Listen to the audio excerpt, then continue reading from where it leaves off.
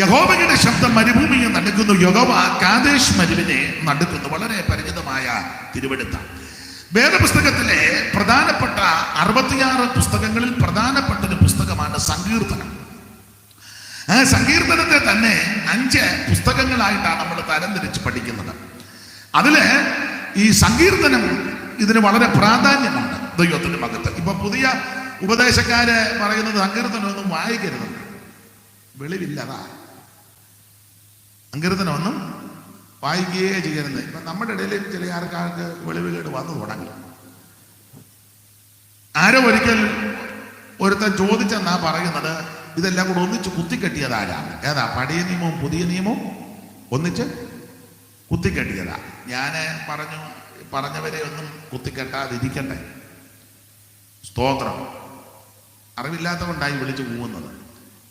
വേറെ ഒരു വിഡ്ഢി പറഞ്ഞു അതങ്ങ് കീറിക്കളഞ്ഞേക്കാൻ. പഴയ നിയമമല്ല, കീറിക്കളഞ്ഞേക്കാൻ. ആരെയും കീറാതിരിക്കട്ടെ. അങ്ങനെ കീറുവെന്ന് പുസ്തകത്തിൽ വാക്യമുണ്ട്. ദൈവത്തെ മറക്കുന്നവരെ കീറാതിരിക്കട്ടെ. ഒരു കാര്യം വേർപെട്ട ദൈവമക്കളോട് പറയാൻ, കേൾക്കുന്നവരോട് പറയാ, എല്ലാ തിരുവെടുത്തും ദൈവവിശ്വാസികളാണ്. ഉൽപ്പത്തി പുസ്തകം 1-ാം അധ്യായത്തിന്റെ 1-ാം വാക്യം മുതൽ വെളിപ്പാട് പുസ്തകം 22-ാം അധ്യായത്തിന്റെ ഒടുവിലത്തെ വാക്യം വരെ വായിക്കാം. താല്പര്യവും കൃപയും തന്മയത്വവും അതിനുള്ള ദൈവകൃപയുണ്ടെങ്കിൽ അതിൽ നിന്ന് പ്രസംഗിക്കുകയും ചെയ്യാം, വായിക്കുകയും ചെയ്യാം. ഇതെല്ലാം തിരുവെടുത്തും ദൈവവിശ്വാസികളാണ്. വേദ ചിന്തകന്മാര് പറയുന്നത് പോലെ ഇതിന്റെ പ്രധാനപ്പെട്ട വിഷയം യേശുക്രിസ്തുവാണ്. ഉൽപ്പത്തി പുസ്തകം 1-ാം അധ്യായം മുതൽ വെളിപ്പാട് പുസ്തകം 22-ാം അധ്യായം വരെ നിറഞ്ഞു നിൽക്കുന്ന വ്യക്തി കർത്താവാകുന്ന യേശുക്രിസ്തു. എതിലേ പോയാലും ഏത് വാക്യം എടുത്താലും എങ്ങോട്ട് കയറിയാൽ അതെല്ലാം ക്രിസ്തുവിൽ വന്നാണ് നിൽക്കുന്നത്. ദൈവദാസന്മാര് പറയുന്നത് കടമെടുത്ത് പറയുക, ശരീരത്തിന്റെ ഏത് ഭാഗം മുറിച്ചാലും ബ്ലഡ് വരും. സ്തോത്രം. അതുപോലെ ഈ വേദപുസ്തകത്തിലെ ഏത് അധ്യായം എടുത്താലും യേശുവിൽ വന്ന് കയറും. ഇതിലെ പ്രതിപാദ്യ പുരുഷൻ യേശുവാണ്. അപ്പോൾ ഏത് ഭാഗവും പ്രസംഗിക്കാം, സങ്കീർത്തനവും പ്രസംഗിക്കാം. കർത്താവും എമ്മവസിലേക്ക് പോയപ്പോൾ തെളിയിച്ചു കൊടുത്തത് മോശയുടെ ന്യായപ്രമാണത്തിലും പ്രവചന പുസ്തകത്തിലും സങ്കീർത്തനത്തിലും ഒക്കെ തന്നെ പറ്റി എഴുതിയിരിക്കുന്നത്. അപ്പോൾ എല്ലാ തിരുവെടുത്തും ദൈവവിശ്വാസിയമാണ്. ഒരു കാര്യം ദൈവമക്കളോട് പറയാം, ഈ പുസ്തകം വന്നതാണ് നമ്മുടെ ഭാഗ്യം. ഇത് നമ്മുടെ കയ്യിൽ കിട്ടിയതാണ് നമ്മുടെ ഭാഗ്യം. ഒരു കാലത്ത് സ്തോത്രം യാതൊരു ഗതിയും ഗത്യന്തരമില്ലാതെ അലഞ്ഞു നടന്ന എന്നെയും അല്ല നമ്മുടെ പിതാക്കന്മാരെയെല്ലാം മനുഷ്യരാക്കി തീർത്ത മാർഗമായി സുവിശേഷം. എവിടെ സുവിശേഷം ഉയർത്തപ്പെട്ടിട്ടുണ്ടോ അവിടെല്ലാം വ്യത്യാസമുണ്ടായിട്ടുണ്ട്. എന്താ സുവിശേഷം? അതൊക്കെ കഴിഞ്ഞ ദിവസങ്ങളിൽ ദൈവദാസന്മാരെല്ലാം അത് നന്നായിട്ട് പറഞ്ഞെന്നറിയാം. സ്തോത്രം. എങ്കിലും സുവിശേഷ യോഗം കൂടെ ആയതുകൊണ്ട് 2 വാക്ക് പറയണമല്ലോ. എന്താ സുവിശേഷം? മതം മാറ്റുന്നതല്ല, ആളിനെ കൂട്ടുകയോ ബഹളമോ ഒച്ചപ്പാടോ വെപ്രാളം ഒന്നും കാണിക്കുന്നതല്ല, ഓളിയം കൂട്ടി അലമുറയിടുന്നതുമല്ല, മതം മാറ്റുന്നതല്ല, തത്വസംഹിതകൾ പറയുന്നതല്ല, തത്വജ്ഞാനം അറിയിക്കുന്നതല്ല, അദ്വൈതം പറയുന്നതല്ല. സുവിശേഷം എന്ന് പറയുന്നത് ഒരു വ്യക്തിയാണ്. അത് മറ്റാരുമല്ല, കർത്താവാകുന്ന യേശുക്രിസ്തു.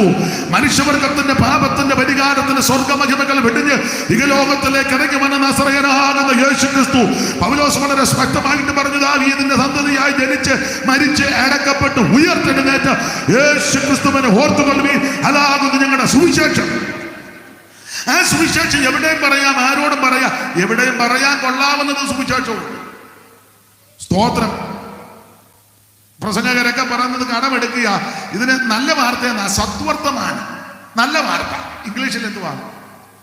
Good news. ഇംഗ്ലീഷ് ഇരിക്കട്ടെ, നമ്മുടെ കൺവെൻഷൻ അല്ലേ. പിന്നെ ഗുഡ് ന്യൂസ്. മോൾ എത്രയില്ല പഠിക്കുന്നേ? പിന്നെ നീ പഠിക്കുന്നുണ്ടോ? എത്രയില്ല? ഉറക്കെ പറ. 5. ഇംഗ്ലീഷ് മീഡിയം ആണോ മലയാളം മീഡിയം ആണോ? എനിക്ക് ഇംഗ്ലീഷ് അറിയത്തില്ല, മോക്കറിയാമോ? ന്യൂസ് സ്പെല്ലിങ് പറ. ഉറക്കെ പറഞ്ഞു. ശരിയല്ലേ? മിടുക്കി. മോടെ പേരെന്നാ? ഹെപ്സീബ. വേദപുസ്തകത്തിലെ പേരാ. ദൈവം അനുഗ്രഹിക്കട്ടെ. കൊച്ചുങ്ങൾക്ക് പേരിടുമ്പോ ഇങ്ങനെയൊക്കെ ഇടണം. സ്തോത്രം. അതെ, ഗുഡ് ന്യൂസ്, നല്ല വാർത്ത, ന്യൂസ്.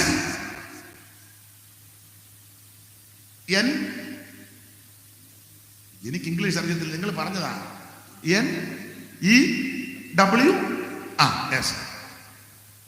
ഈ വാർത്ത എല്ലായിടത്തും അറിയിക്കണം. ന്യൂസ്. ഏതാ? ഗുഡ് ന്യൂസ്, നല്ല വാർത്ത. ന്യൂസ് NEWS എന്ന് പറഞ്ഞാൽ N നോർത്തിൽ ഇത് അറിയിക്കണം,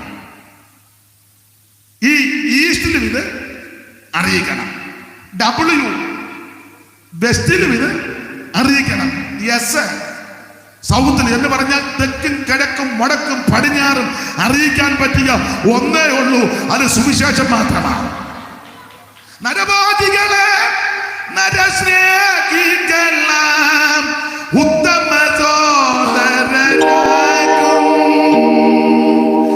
നരവാദികളെ നരസ്നേഹികളാം ഉത്തമ സോദരനാകും, വിമല മനോഹര സുവിശേഷം മംഗള ജയ ജയ സന്ദേശം, വിമല മനോഹര സുവിശേഷം മംഗള ജയ ജയ സന്ദേശം, എന്നും പുകഴ്ത്തും സുവിശേഷം മംഗള ജയ സന്ദേശം,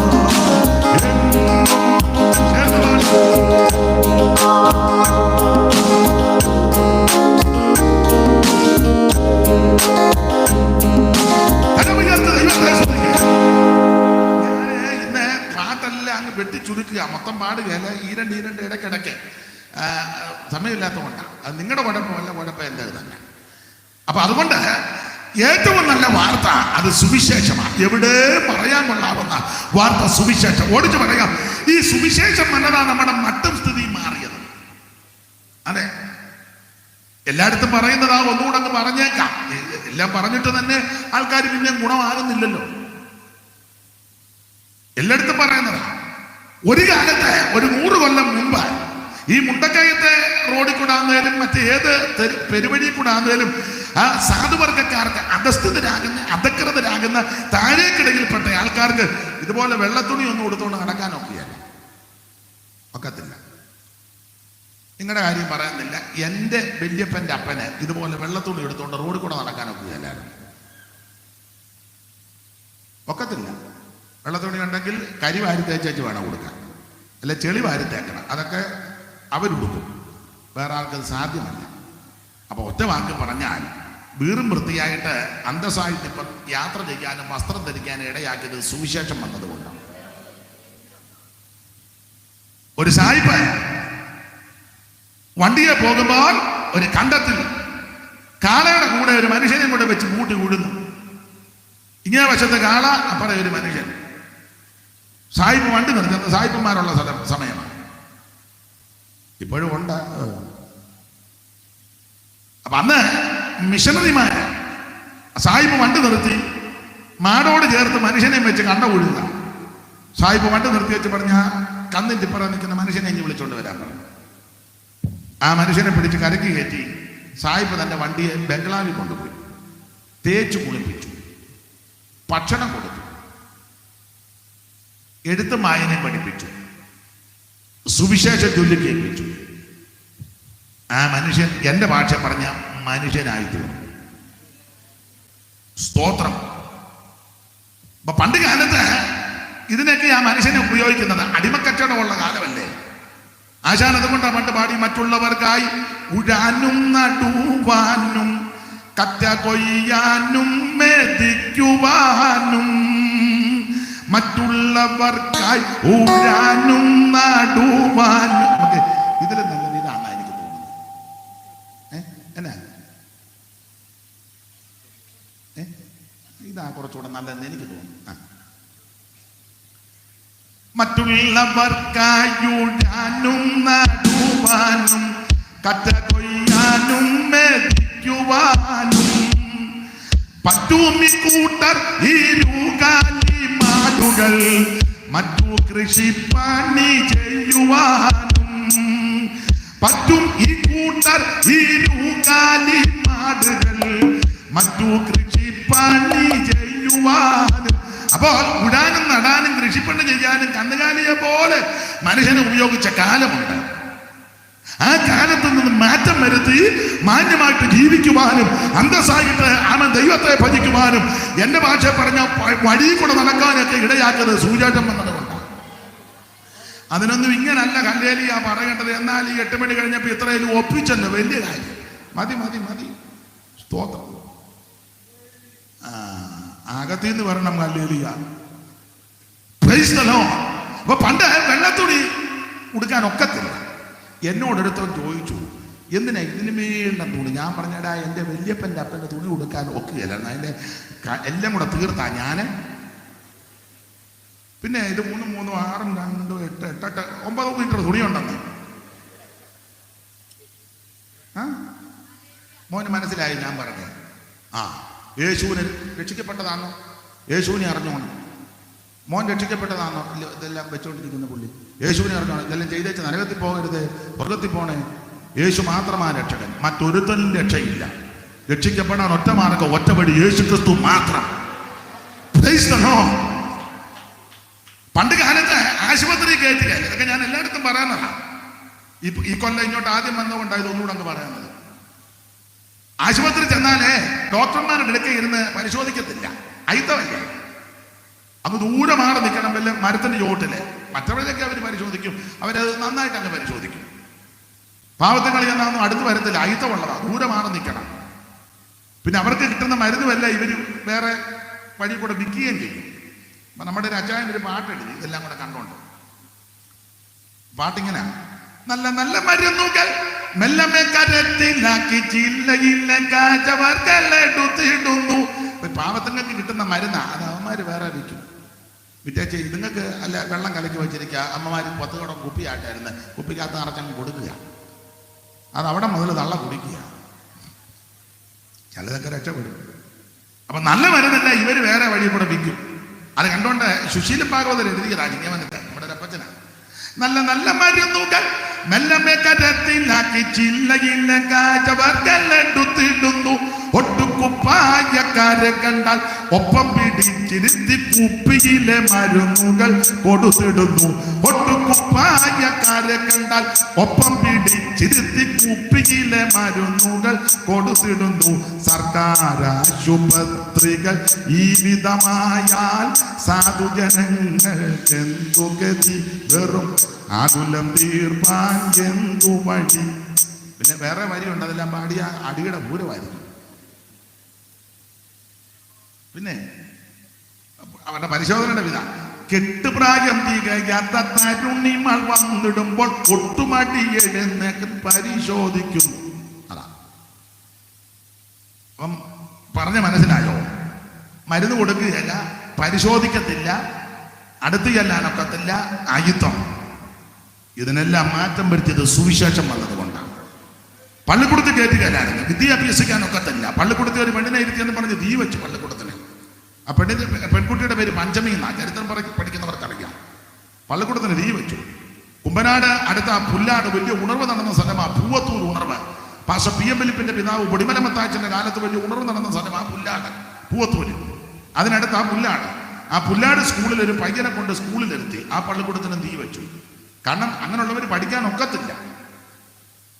പയ്യൻ പഠിച്ചുമെടുക്കാനായി പിന്നെ ശാസ്ത്രി പട്ടമൊക്കെ കിട്ടി, അത് വേറൊരു വിഷയം.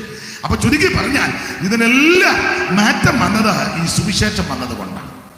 അന്തസ്സായിട്ട് ഇടപെടാനും ജീവിക്കാനും ഒക്കെ ഇടയാക്കത്തത് സുവിശേഷം വന്നത് കൊണ്ടാണ്.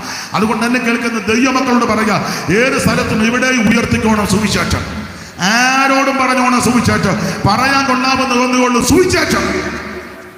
ഇതിനെ തകർത്ത് കളയുവാൻ അനേകന് കച്ചകെട്ടി രംഗത്ത് വന്ന് കച്ചകെട്ടിന് അവർക്ക് കുഴപ്പം വന്നതല്ലാതെ സുവിശേഷത്തിന് ഒരു കോട്ടവും വന്നിട്ടില്ല, വരത്തുമില്ല. കാരണം ഇത് ചത്തടിഞ്ഞ മാർഗമല്ല, ഉയർത്ത മാർഗമാ. ഇന്നും അവിടുന്ന് ജീവിക്കുന്നു, യേശു ജീവിക്കുന്നു. ആ യേശു ക്രിസ്തു നിന്നെ രക്ഷിക്കുവാൻ കഴിവുള്ളവനാ. യേശു ക്രിസ്തുവിൽ കൂടി മാത്രമാണ് രക്ഷ, മറ്റൊരുത്തരും രക്ഷയില്ല. കർമ്മമാർഗം കൊണ്ടോ പുണ്യപ്രവൃത്തി കൊണ്ടോ ദാനധർമ്മം കൊണ്ടോ നേർച്ച കാഴ്ച കൊണ്ടോ ആചാരം കൊണ്ടോ അനുഷ്ഠാനം കൊണ്ടോ പാരമ്പര്യം കൊണ്ടോ ഒന്നും രക്ഷപ്പെടുകയില്ല. രക്ഷിക്കപ്പെടുവാൻ ഒരേ ഒരു മാർഗം, യേശുവിനെ ഉള്ളത്തിൽ ഏറ്റെടുക്കണം. ആ യേശുവിനെ ഹൃദയത്തിൽ വിശ്വസിച്ച് വായി കൊണ്ട് ഏറ്റു പറഞ്ഞാൽ നീ രക്ഷിക്കപ്പെടും, നിന്റെ കുടുംബവും രക്ഷപ്പെടും. അതാണ് സുവിശേഷം. അതെ, ആ ഭാഗം അങ്ങനെ അങ്ങ് വിടുക. ദൈവത്തിന്റെ മകത. എടുത്ത വാക്യത്തോട് കൂടി പുലർത്തണമല്ലോ. 29-ാം സങ്കീർത്തനം 8-ാം വാക്യം, യഹോവയുടെ ശബ്ദം മരുഭൂമിയെ നടുക്കുന്നു, യഹോവ കാദേശ് മരുവിനെ നടുക്കുന്നു. അപ്പൊ ഞാൻ ഓർപ്പിച്ചു, സങ്കീർത്തനത്തിന് വളരെ പ്രാധാന്യമുണ്ട്. അപ്പൊ സങ്കീർത്തനം വായിക്കണ്ട, മിണ്ടരുതെന്നൊക്കെയാ പറയുന്നത്. സങ്കീർത്തനം വായിക്കണം. ഒരു പ്രധാനപ്പെട്ട ശുശ്രൂഷകളൊക്കെ നടക്കുമ്പോൾ സങ്കീർത്തന പാരായണത്തിന് പ്രാധാന്യമുണ്ടല്ലോ, ഇല്ലേ? ഒരു വിവാഹ ശുശ്രൂഷ നടക്കുമ്പോൾ ദൈവത്തിന്റെ ദാസന്മാർ 45-ാം സങ്കീർത്തനം വായിച്ച് പ്രാർത്ഥിക്കുക പതിവ്. അതാ ശുശ്രൂഷയ്ക്ക് ഒരു ഭൂഷണമാണ്. വിവാഹം കഴിച്ചവർക്ക്, കഴിക്കാൻ പോകുന്നവർക്ക്, കഴിക്കാനുള്ളവർക്കെല്ലാം അതിലെ വാക്യങ്ങൾ വളരെ പ്രയോജനമാണ്. അല്ലയോ കുമാരി, കേൾക്കുക, നോക്കുക, ചെവി ചായ്ക്കുക, സ്വജനത്തെയും പിതൃഭവനത്തെയും മറക്കുക, അപ്പൊ രാജാവ് നിന്റെ സൗന്ദര്യത്തെ ആഗ്രഹിക്കും. നിങ്ങളുടെ ഇരിപ്പാണ്ടി ഏരിയ നിങ്ങൾ കല്യാണമേ നടന്നില്ലെന്നാണ് വായിക്കുന്നതാണ് 45-ാം സങ്കീർത്തനം. അതുപോലെ തന്നെ ശവസംസ്കാരം നടക്കുമ്പോൾ ദൈവദാസന്മാർ 90-ാം സങ്കീർത്തനം വായിക്കും. ഇസ്രായേലിന്റെ പ്രഥമ മഹാപുരോഹിതനാകുന്ന അഹരോന്റെ നിര്യാണത്തിൽ ഇസ്രായേൽ മക്കൾ ഭാരപ്പെട്ട് വിലപിച്ചപ്പോൾ അഹരോന്റെ അനുജനാകുന്ന പടയനിമത്തിന്റെ മധ്യസ്ഥനാകുന്ന മോശയുടെ വിലപ്പെട്ട പ്രാർത്ഥനയാണ് 90-ാം സങ്കീർത്തനം. ആ സങ്കീർത്തനം വായിച്ച് പ്രാർത്ഥിച്ച് സമയമുണ്ടെങ്കിൽ അതിൽ നിന്ന് പ്രത്യാശയ്ക്ക് ഉതകുന്ന വാക്യങ്ങൾ പറഞ്ഞ് ശുശ്രൂഷിക്കുന്നത് ആ ദുഃഖത്തിലിരിക്കുന്നവർക്ക് ആശ്വാസവും പ്രത്യാശയും വർദ്ധിക്കും. ഒരു ഭവന പ്രതിഷ്ഠയ്ക്ക് നമ്മൾ സങ്കീർത്തനം വായിക്കും. ഒരു കുഞ്ഞിനെ പ്രതിഷ്ഠിക്കുമ്പോൾ ഒരു സങ്കീർത്തനം വായിക്കും. എല്ലാം എടുത്ത് വായിപ്പിക്കാൻ നേരമില്ല. അങ്ങനെ ഒട്ടുമിക്ക ശുശ്രൂഷകൾക്കും സങ്കീർത്തന പാരായണത്തിന് പ്രാധാന്യമുണ്ട്. നമ്മൾ ഇന്ന് രാത്രി 29-ാം സങ്കീർത്തനം 8-ാം വാക്യം വായിച്ചു. യഹോവയുടെ ശബ്ദം മരുഭൂമിയെ നടുക്കുന്നു, യഹോവ കാദേശ് മരുവിനെ നടുക്കുന്നു. ശ്രദ്ധിക്കുക, കാദേശ് മരുഭൂമിയെ നടുക്കിയ ശബ്ദമാണ് ദൈവത്തിന്റെ ശബ്ദം. ഞാൻ ഈ ഭാഗം പല സന്ദർഭങ്ങളിൽ അവൻ സംസാരിക്കാറുണ്ട്. ഇഷ്ടപ്പെട്ട ഒരു ഭാഗമാണ്. ഇന്ന് ഇങ്ങോട്ട് യാത്ര ചെയ്ത് വന്നപ്പോൾ ഇതിന് സംസാരിക്കാൻ ഒരു ഉൾപ്രേരണ ലഭിച്ചത് കൊണ്ടാണ് ഈ വാക്യം വായിച്ചത്. അവൻ യഹോവയുടെ ശബ്ദം മരുഭൂമിയെ നടുക്കുന്നു, യഹോവ കാദേശ് മരുവിനെ നടുക്കുന്നു. ശ്രദ്ധിക്കുക, കാദേശ് മരുഭൂമിയെ നടുക്കിയ ശബ്ദമാണ് ദൈവത്തിന്റെ ശബ്ദം. ഈ സങ്കീർത്തനത്തിലെ ഒട്ടുമിക്ക വാക്യങ്ങൾ ദൈവമക്കൾക്ക് മനപ്പാഠമാണ്. വിശേഷിച്ച് ഇതുപോലെ കൺവെൻഷൻ വേദികളിലൊക്കെ നടത്തിപ്പുകാര് പ്രാർത്ഥിക്കാനായിട്ട് ഞങ്ങളെ പോലുള്ള ദൈവദാസന്മാർക്ക് സമയം കൊടുക്കും. അപ്പോൾ അതിന്റെ പരിജ്ഞാനത്തോടെ ചിലർ പ്രാർത്ഥിക്കുമ്പോൾ മിക്കവരും ഈ സങ്കീർത്തനത്തിലെ വാക്യങ്ങൾ ഉരുവിട്ട് ഉച്ചരിച്ച് പ്രാർത്ഥിക്കും. ചിലക്ക് പിന്നെ നിർത്താൻ അറിയാൻ മേല. അപ്പൊ പിന്നെ നടത്തിപ്പുകാരൊന്ന് എഴുന്നേറ്റ് നിൽക്കുവോ, അല്ലെങ്കിൽ പ്രൈസ് ദി ലോർഡ് നിർത്താനാ. എന്നാൽ ചിലര് സന്ദർഭോചിതമായിട്ട് ഈ വാക്യങ്ങൾ ഉരുവിട്ട് പ്രാർത്ഥിക്കും. കർത്താവേ, കാലാവസ്ഥ അനുകൂലമാക്കി മൈക്കയിലായിട്ട് സൗണ്ട് എല്ലാം നന്നായിട്ട് പ്രവർത്തിക്കുന്നു, വെയിലും അങ്ങനെ ചെയ്യണം, നിന്റെ ജനത്തെ കടാക്ഷിക്കണം, വടക്കിനോട് ധരിക്കാന്ന് തെക്കിനോട് തടുത്തു വെക്കണം അരുളി ചെയ്തു. ഇന്ന് രാത്രി നിന്റെ മഹത്വം വെളിപ്പെടുത്തണം, നിന്റെ ശബ്ദം ഞങ്ങളെ കേൾപ്പിക്കണം. മരുഭൂമിയെ നടക്കുന്ന ശബ്ദം, മാൻപേടകളെ പ്രസവിക്കുമാറാകുന്ന ശബ്ദം, മരത്തിന്റെ തോട് നിൽക്കുന്ന ശബ്ദം, കാദേശ് മരുഭൂമിയെ നടുക്കിയ ശബ്ദം ഞങ്ങളെ കേൾപ്പിക്കണമെന്നൊക്കെ പരിജ്ഞാനത്തോടെ, പക്വതയോടെ, വിവേകത്തോടെ, തന്മയത്വത്തോടെ പ്രാർത്ഥിക്കുന്ന നമ്മൾ കേൾക്കാറുണ്ട്, പ്രാർത്ഥിക്കാറുണ്ട്. അപ്പോൾ ഈ സങ്കീർത്തനത്തിലെ വാക്യം മനഃപാഠമാണ്. നമ്മൾ വായിച്ചത് അവൻ കാദേശ് മരുഭൂമിയെ നടുക്കിയ ശബ്ദമാണ് ദൈവത്തിന്റെ ശബ്ദം. ശ്രദ്ധിക്കുക, എന്താ ഈ കാദേശ് മരുഭൂമിയെ നടുക്കാൻ കാരണം? ശ്രദ്ധിക്കുക, കാദേശ് എന്ന വാക്കിന് ഒരർത്ഥം യഹോവയ്ക്ക് വിശുദ്ധം, ദൈവത്തിന്റെ വിശുദ്ധം, ദൈവം വിശുദ്ധം എന്ന് എണ്ണിയ സ്ഥലം, അതാണ് കാദേശ്. യഹോവയ്ക്ക് വിശുദ്ധം അല്ലെങ്കിൽ ദൈവത്തിന് വിശുദ്ധം, വിശുദ്ധമായ സ്ഥലം.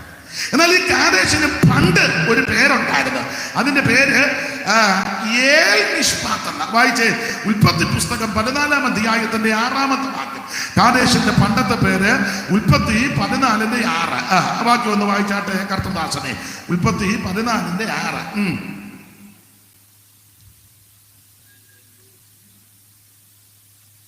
ഏമിനെയും സയീർ മലയിലെ ഹോരിനെയും മരുഭൂമിക്ക് സമീപമുള്ള ഏൽ പാരാൻമരെ തോൽപ്പിച്ചു. പിന്നെ അവർ തിരിഞ്ഞ് കാദേശ് എന്ന ഏൽ മിഷ്പാത്തി വന്നെന്ന. വായിച്ചു. പിന്നെ അവൻ രഥം കെട്ടിച്ചു. 14-6 പുറപ്പാടായിരിക്കും രഥം കെട്ടിച്ചത്. വേറെ പുസ്തകത്തിൽ നിന്നാ തന്നെ കുഴപ്പമില്ല. വായിച്ചു.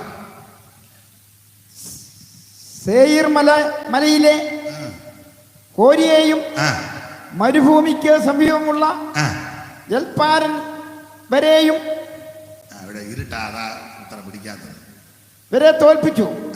നമുക്ക് ഞാൻ തോൽപ്പിച്ചോളാം, ഇനി വായിക്കാം. അപ്പോ ഉൽപ്പത്തി പുസ്തകം 14-ാം അധ്യായത്തിന്റെ 6-ാം വാക്യമാണ്. ഏമ്യരെയും സയീർ മലയിലെ ഹോജരെയും മരുഭൂമിക്ക് സമീപമുള്ള ഏൽ പാരാൻ വരെ തോൽപ്പിച്ചു. പിന്നെ അവർ തിരിഞ്ഞ് കാദേശ് എന്ന ഏൽ മിഷ്പാത്ത്. അപ്പൊ ശ്രദ്ധിക്കുക, നമ്മുടെ കുറുവാക്യം കാദേശ് നടുങ്ങി എന്നാണ്. കാദേശ് എന്ന വാക്കിന്റെ അർത്ഥം യഹോവയ്ക്ക് വിശുദ്ധം. കാദേശിന്റെ പണ്ടത്തെ പേരാണ് ഏൽ മിഷ്പാത്ത്. ശ്രദ്ധിക്കുക, ഏൽ മിഷ്പാത്ത് എന്ന വാക്കിന് കൊടുത്തിരിക്കുന്ന ഒരർത്ഥം ന്യായവതികളുടെ സ്ഥലമെന്ന്, അല്ലെങ്കിൽ ശിക്ഷാവിധികളുടെ സ്ഥലം. കാരണം വേദപുസ്തകം പഠിക്കുന്നവർക്കറിയാം, ഉൽപ്പത്തി പുസ്തകം 14-ാം അധ്യായം യുദ്ധങ്ങളുടെ അധ്യായമാണ്. 4 നാട്ടുരാജാക്കന്മാർ 5 നാട്ടുരാജാക്കന്മാരുമായിട്ട് യുദ്ധം ചെയ്ത് യുദ്ധങ്ങളുടെ അധ്യായമാണ്. അമ്രാബേൽ, അരിയോക്ക്, കെദർലാജുമോർ, തീദാൻ ആദിയായ ബാബിലോണ് ചായ്വുള്ള 4 പേരും, ബേരാം, ബിർശ, ശിനാബ്, സോബർ ആദിയായ സോദോമിയ ചായ്വുള്ള 5 പേരുമായിട്ട് യുദ്ധം ചെയ്തു. 4 പേരെ പേടിച്ച് 5 പേരും ഓടിപ്പോയ കൂട്ടത്തിൽ സോദോം രാജാവ് കുടിക്കകത്ത് പോയി. പലരും ചെതറി ഓടി. ഒരുത്തൻ എതിർച്ചയാ ഓടി വന്ന് എബ്രായനായ അബ്രഹാമിനോട് വന്ന് പറഞ്ഞ്, അബ്രഹാമെ, സോദോമിൽ യുദ്ധം നടന്നു, എന്നിട്ടോ സോദോമിനെ കൊള്ളകിട്ടു. പിന്നെ നിന്റെ സഹോദരപുത്രൻ ലോത്ത് അവന്റെ ഭാര്യ, പെൺകുട്ടികൾ, സമ്പത്ത് തട്ടിക്കൊണ്ടുപോയി. അബ്രഹാം മമ്മറയുടെ തോപ്പില്ല, വിസ്തരിക്കാൻ നേരമില്ല. അബ്രഹാമിന് ആത്മഭാരമുണ്ടായി, മനോവേദനയുണ്ടായി. സഹോദരപുത്രന് കഷ്ടം വന്നപ്പോ ഞാനോ നിങ്ങളോ അറിഞ്ഞപ്പോൾ അവൻ ഓടപ്പെട്ടവൻ എന്നോട് ചെയ്തതിന്റെ സ്തോത്രം. നമ്മളാണ് അതല്ലല്ലോ പറയുന്നേ, സ്തോത്രം. അവൻ അങ്ങനെ തന്നെ വരണം. അവനെ എന്നോട് ചെയ്തത് അതും നിങ്ങൾക്ക് അറിയത്തില്ല. അറിയോ, അപ്പനില്ലാതെ അവിടെ അനാഥത്വം പേറി നഖവും കടിച്ച് മൂക്കട്ടെ ഒലിപ്പിച്ചിരുന്നപ്പോൾ ഞാൻ അവനെ ചൂചാട്ടി വിലക്ക് നമ്മൾ പറയുന്നൊന്നും പൊതുവിൽ പറയാനൊക്കത്തില്ല. അവൻ അവസാനം ഞാനെടാ ഇഷ്ടമുള്ളത് എടുക്കാൻ പറഞ്ഞവൻ എൻ്റെ കണ്ണും മുമ്പ് വെച്ചാ ഈ സ്ഥലമല്ല ഇപ്പൊ എന്നെ ആയി. നമ്മളന്ന് പിന്നെ പറയുന്നത് ഞാൻ പറയുന്നില്ല. പക്ഷെ അബ്രഹാം ആത്മീയനാണ്. തന്റെ സഹോദരപുത്രൻ കഷ്ടത്തിലായെന്ന് കേട്ടപ്പോൾ ആത്മഭാരത്തോട് എഴുന്നേറ്റു. വീട്ടിൽ ജനിച്ച് വളർത്തപ്പെട്ട 318 അഭ്യാസി. ഞാനിങ്ങനെ അങ്ങ് പറയാം, വീണ്ടും ജനിച്ച 318. അതായിരിക്കും കുറച്ചുകൂടെ ഉചിതം. ഗുണം പിടിക്കാത്തവനെല്ലാം കൂടെ യുദ്ധത്തിന് പോയ അവസാനം വ്യായി നിന്നെ എടുത്ത് തിണ്ടനടിക്കും. പിന്നെ അവസാനം തിരിച്ചു വരുമ്പോൾ സ്കേവയുടെ പിള്ളേർ പോയതുപോലെ ഇട്ട ജിബ്ബ പോലും കാണുക. ഗുണം പിടിക്കാത്തവനുമായിട്ട് ഭൂതത്തെ ഇറക്കാൻ പോയ അവസാനം ഭൂതം നമ്മളെ ഇറക്കുകയും ചെയ്യും. ഒത്തേ നിന്നെ പണ്ട് ഞങ്ങളുടെ അല്ലേ തച്ചായം പറഞ്ഞാൽ മീൻ പിടിക്കാൻ പോകുന്ന കൊള്ളാം, മീൻ പിടിക്കരുതെന്ന്. ദ്വയാർത്ഥ പ്രയോഗത്തിലാണ് മീൻ പിടിക്കാൻ പോകുന്ന കൊള്ളാം, മീൻ പിടിക്കരുതെന്ന് പറഞ്ഞു. അപ്പോ അബ്രഹാം വീട്ടിൽ ജനിച്ച് വളർത്തപ്പെട്ട 318 അഭ്യാസികൾ. മമ്രെ, ആനിയ, എഷ്കോൽ തന്റെ വീട്ടിൽ ജനിച്ച് വളർത്തപ്പെട്ട ഇവരെ കൂട്ടി 318 321. അബ്രഹാമിനെ കൂട്ടി 322 പേര്. വേദപുസ്തക സംഖ്യാശാസ്ത്ര പ്രകാരം നല്ല കണക്കാ. അന്ന് രാത്രി അബ്രഹാം കണക്കൊപ്പിച്ച് യുദ്ധം ചെയ്തു. ആ യുദ്ധത്തിൽ എബ്രായനായ അബ്രഹാമിന് ദൈവം ജയം കൊടുത്തു. സോദോമിനെ കൊള്ളകിട്ട 4 വമ്പൻ രാജാക്കന്മാരെ അമ്പയെ പരാജയപ്പെടുത്തി ശിഷ്ടമുള്ള ജനത്തെ നിഗ്രഹിച്ചു. അപ്പൊ ഇവരെ നിഗ്രഹിച്ച സ്ഥലമാണ് ഏൽ മിഷ്പാത്ത്. അതുകൊണ്ടാണ് ഈ സ്ഥലത്തിന് ന്യായവതിയുടെ സ്ഥലം എന്ന അർത്ഥം വന്നത്. എന്നാൽ നമ്മളോടുള്ള ബന്ധത്തിൽ പറയാം, ഒരു കാലത്ത് ഞാനും നിങ്ങളുമെല്ലാം ന്യായവിധിക്ക് അർഹരായി പോയവരാ. അല്ല, വേദപുസ്തകത്തിന്റെ ഭാഷ പറഞ്ഞ ശിക്ഷാവിധിക്ക് അർഹരായി പോയവരാ. പാപത്തിന്റെ ദാസന്മാരായി, പാതാളത്തിന്റെ ആടുകളായി മൃത്യു നമ്മെ മേയിച്ചൊരു കാലമുണ്ടായിരുന്നു. ആ കാലത്തിന് വേദപുസ്തകം കൊടുത്തിരിക്കുന്ന ഭാഷ അജ്ഞാനകാലം, പണ്ടത്തെ കാലം, പൂർവ്വകാലം, മുൻകാലം, പഴയകാലം, ഇങ്ങനെയുള്ള പദങ്ങളാ ബൈബിളിൽ കൊടുത്തിരിക്കുന്നത്. അറിയായ്മയുടെ കാലം. ദൈവത്തിന്റെ മകത്ത് ചേർന്ന് പാട്. അന്നേ മരിച്ചു പോയെങ്കിൽ എന്റെ ദൈവമേ ഞാൻ ചെന്നേ അന്നേ മരിച്ചു.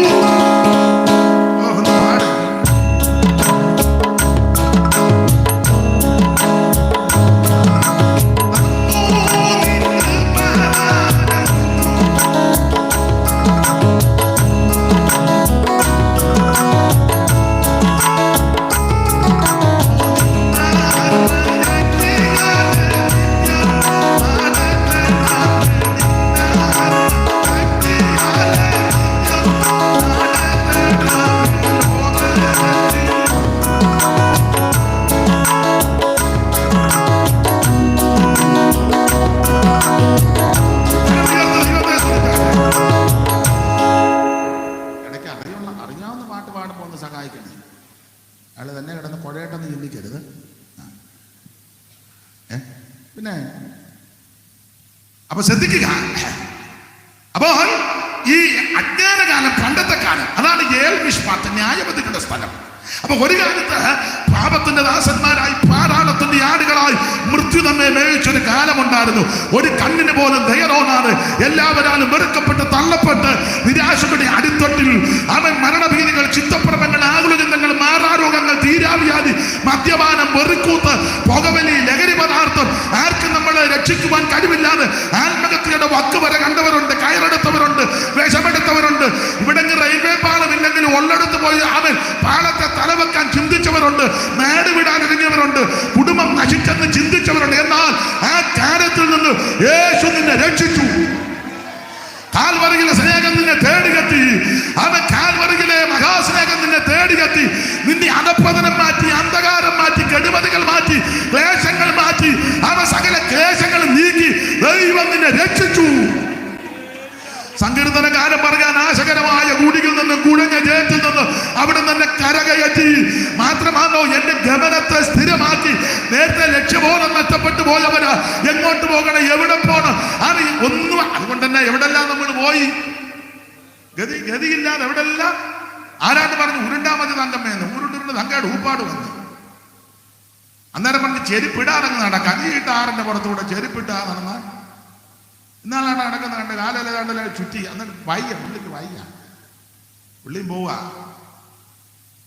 വയ്യെന്ന് കുറ്റമല്ല, എങ്ങനെയും രക്ഷപ്പെടാൻ.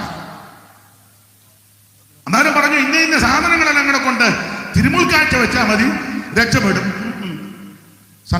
യെരമ്യാ പറഞ്ഞത് ഇതെല്ലാം ചെയ്തിട്ട് ഒരു ഗുണവും വന്നില്ല, ഒരു ഗുണവും വന്നില്ല. പ്രവാചകൻ പറഞ്ഞ സകല മുഖവും വിളറിയിരിക്കുന്നത്. ഈ ചെയ്തെല്ലാം ചെയ്തിട്ടും ഈ കാട്ടായമെല്ലാം കാണിച്ചിട്ട് ആരാണ് പറഞ്ഞ് കുളത്തിൽ ചാടിയാൽ മതി. ഓടിച്ചെന്ന് കുളത്തിൽ ചാടി. ഏത് കുളമാണെന്നൊന്നും ഇപ്പം ഞാൻ പറയുന്നില്ല. പത്തോന്നെടുത്ത് ചാടി. അവസാനം പനി വന്ന് 2 ആഴ്ച കിടപ്പുമായി. ഗുണം വരുന്നില്ലല്ലോ. നമ്മളും എവിടെല്ലാം പോയി, എന്തെല്ലാം ചെയ്തു, എന്തെല്ലാം പ്രവർത്തിച്ചു. അവസാനം നിരാശയുടെ അടിത്തട്ടിലല്ലേ കിടന്നത്. ആ സന്ദർഭത്തിൽ ആ കാൽവറിയിലെ സ്നേഹം തേടിയെത്തി. യേശു നിന്റെ ഉള്ളത്തിൽ വന്നു, നിന്റെ അരാജകത്വം മാറ്റി, നിന്റെ പരാജയങ്ങൾ നീക്കി. അവൻ നിന്റെ കരത്തിന് പിടിച്ചു. നാശകരമായ കുടിയിൽ നിന്നും കുഴഞ്ഞ ചേറ്റിൽ നിന്നും കയറ്റി അവൻ സ്തോത്ര ഗമനത്തെ സ്ഥിരമാക്കി. പോരാ, പാറമേൽ നിർത്തി. മാത്രമാണോ വായിൽ പുതിയ പാട്ടും തന്നു. അത് നമ്മുടെ ദൈവത്തിന് സ്തുതിയാണ്. അപ്പൊ ഇങ്ങനെയൊക്കെ അനുഭവം പ്രാപിച്ച ദൈവമക്കൾ കയ്യും കെട്ടി വായും പൂട്ടി ആളുകളെ ചിരിക്കരുത്. ഓർത്തോർത്ത് ദൈവത്തിന് സ്തോത്രം ചെയ്തോണം. യഹോവയ്ക്ക് സ്തോത്രം ചെയ്യുകയും അവൻ നല്ലവനല്ലോ, അവന്റെ ദയ എന്നേക്കുമുള്ളത്. ഏകനായി മഹാത്ഭുതങ്ങളെ പ്രവർത്തിക്കുന്നവൻ അവൻ നല്ലവനല്ലോ, അവന്റെ ദയ എന്നേക്കുമുള്ളത്. നമ്മുടെ നാട്ടിൽ നമ്മെ ഓർത്തവൻ അവൻ നല്ലവനല്ലോ, അവന്റെ ദയ എന്നേക്കുമുള്ളത്. സകല ജനത്തിനും ആഹാരം നൽകുന്നവൻ നല്ലവനല്ലോ, അവന്റെ ദയ എന്നേക്കുമുള്ളത്. ദൈവത്തിന് സ്തോത്രം ചെയ്യുകയും അവിടുന്ന് നല്ലവനല്ലോ, അവിടുത്തെ ദയ എന്നേക്കുമുള്ളത്. അതെ, ഓടിച്ച് മുമ്പോട്ട് പോകാം. അപ്പൊ വാക്കിന്റെ അടുത്ത് ന്യായവതികളുടെ സ്ഥലം. ആ ന്യായവതികളുടെ സ്ഥലത്തെയാണ് ദൈവം വിശുദ്ധീകരിച്ചത്. അതാണ് കാദേശ് എന്ന് പറഞ്ഞാൽ ന്യായവതിക്ക് അർഹനായി പോയ നമ്മെ രക്ഷിച്ച് വിശുദ്ധരാക്കി തീർത്തു, ദൈവമക്കളാക്കി തീർത്തു. യോഹന്നാൻ അതുകൊണ്ടാണ് പറഞ്ഞ കാണി നാം ദൈവമക്കൾ. അങ്ങനെ തന്നെ സംശയിക്കുമൊന്നും വേണ്ട. സ്തോത്രം, സ്തോത്രം. പൗലോസിന്റെ ഭാഷയിൽ പറഞ്ഞാൽ ആമൻ തന്റെ മഹത്വത്താലും പത്രോസ് പറയാം മഹത്വത്താലും വീര്യത്താലും നമ്മെ വിളിച്ചവൻ. പൗലോസ് എഫേസ്യലേഖനത്തിൽ പറഞ്ഞത് നാം തന്റെ സന്നിധിയിൽ വിശുദ്ധനും നിഷ്കളങ്കരുമാകേണ്ടതിന് അവൻ ലോകസ്ഥാപനത്തിന് മുമ്പേ നമ്മെ അവന് തെരഞ്ഞെടുത്ത് ദീർഘത്തിന്റെ പ്രസാദപ്രകാരം. പിന്നെ താഴോട്ട് പഠിക്കുമ്പോൾ തെരഞ്ഞെടുപ്പ്, ദത്തെടുപ്പ്, നീതീകരണം, മുൻനിയമനം, അവകാശം, നൽവരം, ആചാരം, മുദ്ര, അനുഗ്രഹം ഇതെല്ലാം തന്ന് 2-ാം അധ്യായത്തിൽ പറയാ സ്വർഗത്തിൽ കൊണ്ടുവന്ന് ഇരുത്തിയെന്ന്. നമ്മളെ ഇരുത്തിയിരിക്കുന്ന എവിടാ? സ്വർഗത്തില. കണ്ടാലൊന്നും തോന്നില്ല, എന്നാലും വന്നിരിക്കുന്നുണ്ട് ഈ സന്ധ്യയ്ക്ക്. വലിയ കാര്യം. പക്ഷെ വേറെ പുസ്തകത്തിന്റെ പ്രമാണം നമ്മൾ എവിടെ ഇരിക്കുന്നത്? ഭാഷ ഇതുപോലൊരു ആദ്യമായി സ്വർഗത്തിലിരുത്തിയിരിക്കുക. ആ ഭാഗത്തേക്കൊന്നും പോകുന്നില്ല. അപ്പോൾ ഈ ന്യായവതിയുടെ സ്ഥലത്തെ ദൈവം ശുദ്ധീകരിച്ചു. അതാണ് കാദേശ്, യഹോവയ്ക്ക് വിശുദ്ധം. എന്നാൽ സങ്കീർത്തനക്കാരൻ പറയുക ഈ അങ്ങനെ വിശുദ്ധമാക്കി തീർത്ത കാദേശ് നടുങ്ങി. എന്തുകൊണ്ടായി കാദേശ് നടുങ്ങാൻ കാര്യം? ശ്രദ്ധിക്കുക. കനാൻ ദേശത്തോട് ഏറ്റവും അടുത്ത് കിടന്ന സ്ഥലമായിരുന്നു കാദേശ്. കനാൻ ദേശത്തോട് ഏറ്റവും അടുത്ത് കിടന്ന സ്ഥലം. വായിച്ച് ആവർത്തന പുസ്തകം 2-ാം അധ്യായത്തിന്റെ 13 മുതൽ താഴോട്ടുള്ള തിരുവെടുത്തുകൾ വായിച്ച് സഹായിക്കണം. ആവർത്തനം 2-ന്റെ 13 മുതൽ താഴോട്ടുള്ള തിരുവെടുത്തുകൾ. കനാൻ ദേശത്തോട് ഏറ്റവും അടുത്ത് കിടന്ന സ്ഥലങ്ങളിൽ ഒന്നായിരുന്നു കാദേശ്.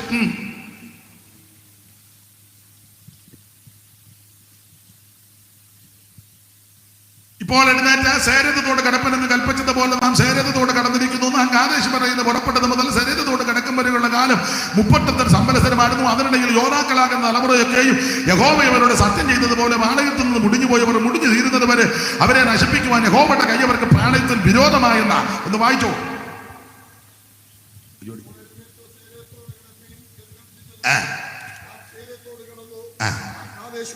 നിന്ന് പുറപ്പെട്ടതു മുതൽ സേനത്തോട് കടക്കും വരെയുള്ള കാലം 38 സംവത്സരമായിരുന്നു. അതിനിടയിൽ യോദ്ധാക്കളായിരുന്ന തലമുറകളൊക്കെയും യഹോവ അവരോട് സത്യം ചെയ്തതുപോലെ പാളയത്തിൽ നിന്ന് മുടിഞ്ഞുപോയി. അവർ മുടിഞ്ഞു തീരും വരെ യഹോവയുടെ കൈ അവരെ പാളയത്തിൽ നിന്ന് നശിപ്പിക്കാൻ തക്കവണ്ണം അവർക്ക് വിരോധമായിരുന്നു. അപ്പൊ ശ്രദ്ധിക്കുക, ഈ കനാൻ ദേശത്തോട് ഏറ്റവും അടുത്ത് കിടന്ന സ്ഥലങ്ങളിൽ ഒന്നായി കാദേശ്. ഇവിടെ ആവർത്തന പുസ്തകം 2-ാം അധ്യായത്തിന്റെ 13 മുതൽ താഴോട്ടുള്ള തിരുവെടുത്തുകൾ ഞാൻ ഈ വാക്യം വായിപ്പിക്കുന്നത് എനിക്ക് അന്നേരം ഒന്ന് ശ്വാസം വിടുകയോ ഇടയ്ക്ക് ഇച്ചിരി വെള്ളം കുടിക്കുകയോ ചെയ്യാം. നിങ്ങൾക്ക് ഭാഗ്യവും കൂടെ വരട്ടെ. കാരണം ഇത് വായിക്കുന്നവനും വായിച്ച് കളിപ്പിക്കുന്നവനും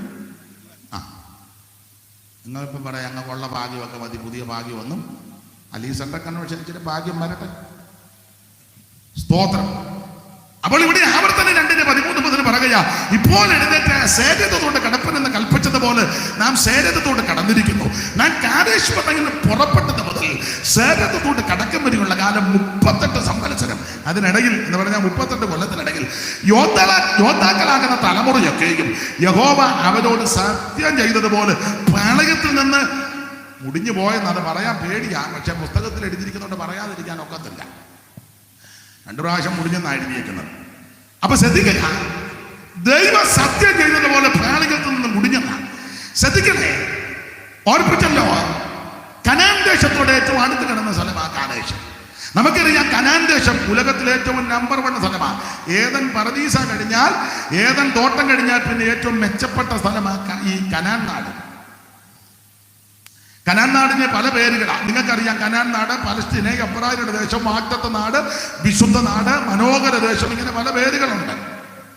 ഈ പേരുകളൊക്കെ വരാൻ പല കാര്യങ്ങളുണ്ട്. കനാൻ നാടെന്ന് പേര് വരാൻ കാര്യം കനാന്റെ സന്തതികൾ വന്ന് കുടിയേറി പാർത്ത സ്ഥലമാകിയാൽ ഇതിന് കനാൻ നാടെന്ന് പേര് വന്നു. കനാന്യരുണ്ടല്ലോ. പലസ്തീൻ എന്ന് പറഞ്ഞാൽ പടിഞ്ഞാറ് തീരത്ത് കടലും മലയും കൂടാ. അവിടെ പെലിസ്തീൻ ധാരാളമുണ്ട്. അതുകൊണ്ട് പെലിസ്തീൻ ഉള്ളത് കൊണ്ടാണ് പിന്നെ റോമരുടെ കാലം വന്നപ്പോൾ ലോപിച്ച് പേരിട്ടത് പലസ്തീൻ. ചില സഭയൊക്കെ ചില ആൾക്കാരുടെ പേരിൽ അറിയപ്പെടുകയല്ലേ, ഇല്ലേ? ബേച്ചന്റെ സഭ, മേരിമാമ്മയുടെ സഭ, ചിന്നയുടെ സഭ, മിണ്ടുന്നില്ല. കുഞ്ഞോനച്ചാന്റെ സഭ, നമ്മുടെ കുഞ്ഞോനച്ചാനല്ല. ഞാനൊരാൾ ചോദിച്ചു, ഏത് സഭയിലാണ്? ഞങ്ങൾ കുഞ്ഞോനച്ചാന്റെ സഭയിലാണെന്ന് പറഞ്ഞു. വേറൊരു പുള്ളിയോട് ചോദിച്ചു, അമ്മാമ്മ എവിടെ? ഞങ്ങൾ കുഞ്ഞോളമ്മാമ്മയുടെ സഭയിലാണ് പോകുന്നത്. കോവൂര്, മറ്റേത് കല്ലുമല. കല്ലുമല കുഞ്ഞച്ചാന്റെ സഭയും കോവൂര് ആട്ടെ സഭ കർത്താവിൻ്റെ. വളരെ സ്പഷ്ടമായിട്ട് യേശു തന്നെ ഡയറക്റ്റ് പറഞ്ഞ്, ഞാൻ എൻ്റെ സഭയിൽ പണിയുമെന്ന. കുഞ്ഞോടെയൊന്നും അല്ല സഭ. കുഞ്ഞോളിരുന്ന് കുണുങ്ങുകയും ചെയ്യരുത്, എൻ്റെ സഭയാണെന്ന് പറഞ്ഞു. സഭ കർത്താവിൻ്റെയാണ്. എന്നോടൊരിക്കൽ ഒരാൾ ചോദിച്ചു, എവിടാ വീട്? പേരെന്നാ? ഞാൻ പറഞ്ഞ പേര് അനീഷെന്ന്. എവിടാ വീട്? ഞാൻ പറഞ്ഞ കാവാലത്താണ്. ലീലാമ്മയുടെ സഭയിലാണോ എന്ന് ചോദിച്ചു. ഞാൻ ചോദിച്ചു, ലീലാമ്മ എപ്പോഴാണ് രക്തം ഊറ്റിയേ? കാരണം പുസ്തകത്തിലെ വാക്യം സ്വന്തം രക്തത്താൽ സമ്പാദിച്ച സഭ. അപ്പൊ സഭയ്ക്ക് വേണ്ടി രക്തം ഊറ്റിയത് യേശുവാണ്. ചിന്തയല്ലോ സ്വന്തം രക്തം എനിക്കായി ചിന്തിയല്ലോ സ്വന്തം രക്തം എനിക്കായി രക്തം ചിന്തു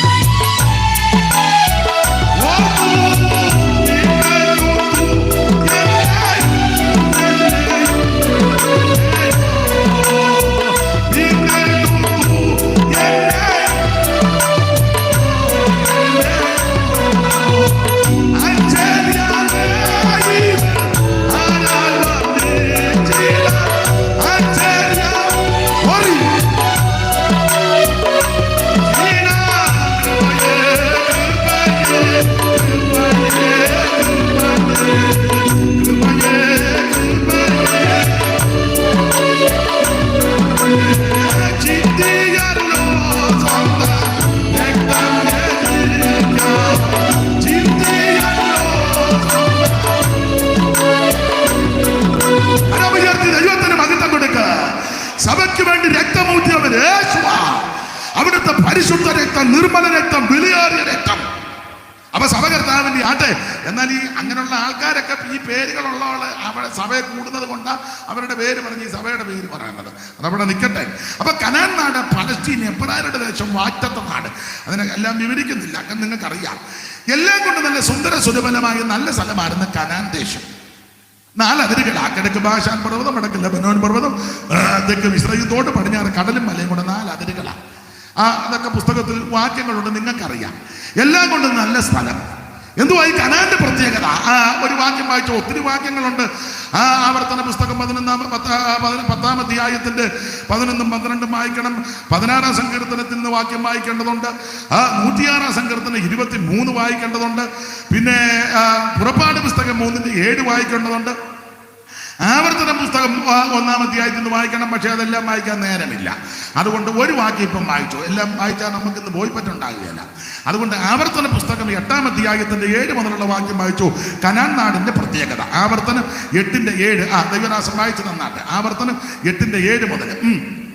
നിന്റെ ദൈവമായ യഹോവ നല്ലൊരു ദേശത്തേക്കല്ലോ നിന്നെ കൊണ്ടുപോകും. അപ്പൊ ഇസ്രായേലിനോട് പറഞ്ഞ ആവർത്തന പുസ്തകം എന്ന് കേൾക്കുമ്പോഴേ അറിയാം പുതിയ കാര്യമൊന്നുമില്ല, പഴയ കാര്യം ഒന്നുകൂടെ ആവർത്തിക്കുക. അതിനെ പുസ്തകത്തിന് ആവർത്തനമെന്ന് ഇട്ടിരിക്കുന്നത്. ആവർത്തനം എന്ന് പറഞ്ഞാൽ പുതിയ കാര്യമല്ല, പഴയ കാര്യങ്ങളെല്ലാം ഒന്നുകൂടെ ഒന്ന് ഓർപ്പിക്കുക. അതിനെ ഓർപ്പിക്കുന്ന മറക്കും. അതിനാ ഇവർക്ക് മറവിയുണ്ട്, ഉണ്ടോ? പിന്നെ അങ്ങനല്ലേ വാക്യം, അവരുടെ വേഗത്തിൽ അവന്റെ പ്രവൃത്തികളെ മറന്നു കളഞ്ഞു. അപ്പൊ മറവി നല്ലതാ. നമുക്കൊരു കുഴപ്പടിയാന്ന് വെച്ചാൽ മറക്കേണ്ടത് മറക്കുകയല്ല, മറക്കരുതാത്തതല്ല. ചില തള്ളമാര് പറയുന്നത് കേട്ടില്ലേ, പാസ്റ്ററെ എനിക്ക് പ്രാർത്ഥിക്കണം. പാസ്റ്ററെ എന്നും പറയുന്നില്ല, പാഷേ പ്രാർത്ഥിക്കണം. അത് പ്രാർത്ഥിക്കണമെന്നാ പറയുന്നത്. പ്രാർത്ഥിക്കണമെന്നും പാഷയെ പ്രാർത്ഥിക്കണം. എന്തുവാ അമ്മച്ചിക്ക് അസുഖം? എനിക്ക് ഓർമ്മയൊന്നുമില്ല. പാഷ പാടിയ പാട്ടൊക്കെ പണ്ട് ഞാൻ പാടിയതാ, കൊണ്ടുപിടിച്ചു. ഇപ്പൊ എനിക്കൊന്നും ഓർമ്മയില്ല. കൊച്ചമ്മയെ പ്രാർത്ഥിക്കാം, തലയൊക്കെ വെച്ച് പ്രാർത്ഥിക്കും. ഇതെല്ലാം പ്രാർത്ഥിച്ച് അല്പം കൂടെ ലോക്യം പറയാന്നേ അമ്മ പറയും. പക്ഷേ ഇനി പ്രാർത്ഥിക്കണം. എന്തോ വിഷയം?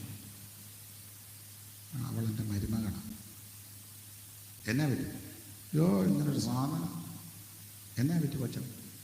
എൻ്റെ ഭാഷ അവൾ വന്നിട്ട് 24 കൊല്ലം കഴിഞ്ഞ് വന്ന് അന്ന് മുതൽ ചെയ്തതെല്ലാം ഇപ്പോഴും ഞാൻ ഓർക്കുന്നു. അപ്പം ഈ തള്ളയ്ക്ക് മറവിയുടെ അസുഖം വല്ലതും ഉണ്ടോ? ഇല്ല. ഈ തള്ള ഭയങ്കര വിളച്ചുകാരി തള്ളയാണ്.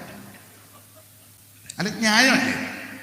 ആദ്യം പറഞ്ഞത് എനിക്കൊന്നും ഓർമ്മ, പാട്ട് ഓർക്കുന്നില്ല, വാക്യം ഓർക്കുന്നില്ല, ഒന്നും ഓർക്കുന്നില്ല. പക്ഷെ മരുമകൾ വന്നിട്ട് 22 കൊല്ലം കഴിഞ്ഞ് അവൾ വന്ന് അന്ന് മുതൽ ഒരു ശനിയാഴ്ച ഉച്ച കഴിഞ്ഞ അന്ന് ചാറ്റമഴ ഉണ്ടായിരുന്നു ഇവള് കാല് വെച്ചപ്പോൾ. അതുവരെ തള്ള ഓർത്തിരിക്കുക. അപ്പം മറവിയുടെ അസുഖം ഒന്നും തള്ളയ്ക്ക് ഇല്ല. തള്ളയ്ക്ക് നല്ല വിളച്ചിലുണ്ട്. എന്നാൽ ഇസ്രായേലിന്റെ ഒരു കുഴപ്പടി, ഇവര് മറക്കും, ദൈവപ്രവൃത്തി മറക്കുക. ഈ മറക്കുന്നത് കൊണ്ട് ആവർത്തന പുസ്തകം എഴുതി കൊടുത്തിരിക്കുന്നത്.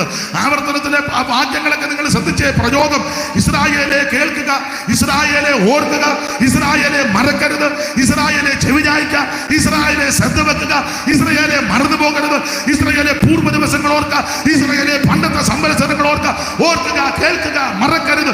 ഇങ്ങനെയുള്ള പ്രയോഗങ്ങളായ പുസ്തകത്തിൽ. കാരണം മറക്കരുത് എന്ന് പറഞ്ഞാൽ ദൈവം ചെയ്ത ഉപകാരമൊന്നും നീ മറക്കരുത്. ദൈവം നിനക്ക് വേണ്ടി, നിന്റെ കുടുംബത്തിന് വേണ്ടി, പ്രാണന് വേണ്ടി, നിനക്ക് വേണ്ടി ചെയ്തത് ഒന്നും മറക്കരുത്. ഓർത്തോർത്ത് ദൈവത്തിന് സ്തോത്രം ചെയ്യണം. എടാ, ഞാൻ പറയാറുണ്ട്, നല്ലൊരു ഉടുതുണി പോലും നിനക്കില്ലായിരുന്നു. സഹോദരിമാര് തെറ്റിദ്ധരിക്കരുത്. പണ്ട് ചിന്തിച്ചതല്ലേ, നല്ലൊരു സാരി ഉണ്ടായിരുന്ന ഉടുത്തോട്ട് മാസയോഗത്തിന് പോകാം. ഇപ്പൊ എത്ര സാരി ഉണ്ട്? ഒറ്റ വാക്കി പറ, എത്രയുണ്ട്? കൃത്യം പറ. ഈ കണ്ണാടിക്കാരി എത്രയുണ്ട്? അതാ ഞാൻ അങ്ങോട്ട് വരാം, അല്ലാതെ രക്ഷയില്ല. എണ്ണിയാ തീരത്തില്ല. അത് ദൈവം തന്നു. അപ്പൊ ഇങ്ങനെ ഇരുന്നാ പോരല്ലോ. ഞാനും നിങ്ങളും അധികമായി ദൈവത്തെ സ്തുതിക്കണ്ടേ? അധികം വാങ്ങിച്ചവൻ അധികം കടം പറ്റിരിക്കുകയല്ലേ? അച്ചായൻ ഇപ്പൊ എത്ര വയസ്സുണ്ട്? 73. കൊച്ചിലെ ഇഷ്ടം പോലെ ഷർട്ട് ഉണ്ടായിരുന്നോ?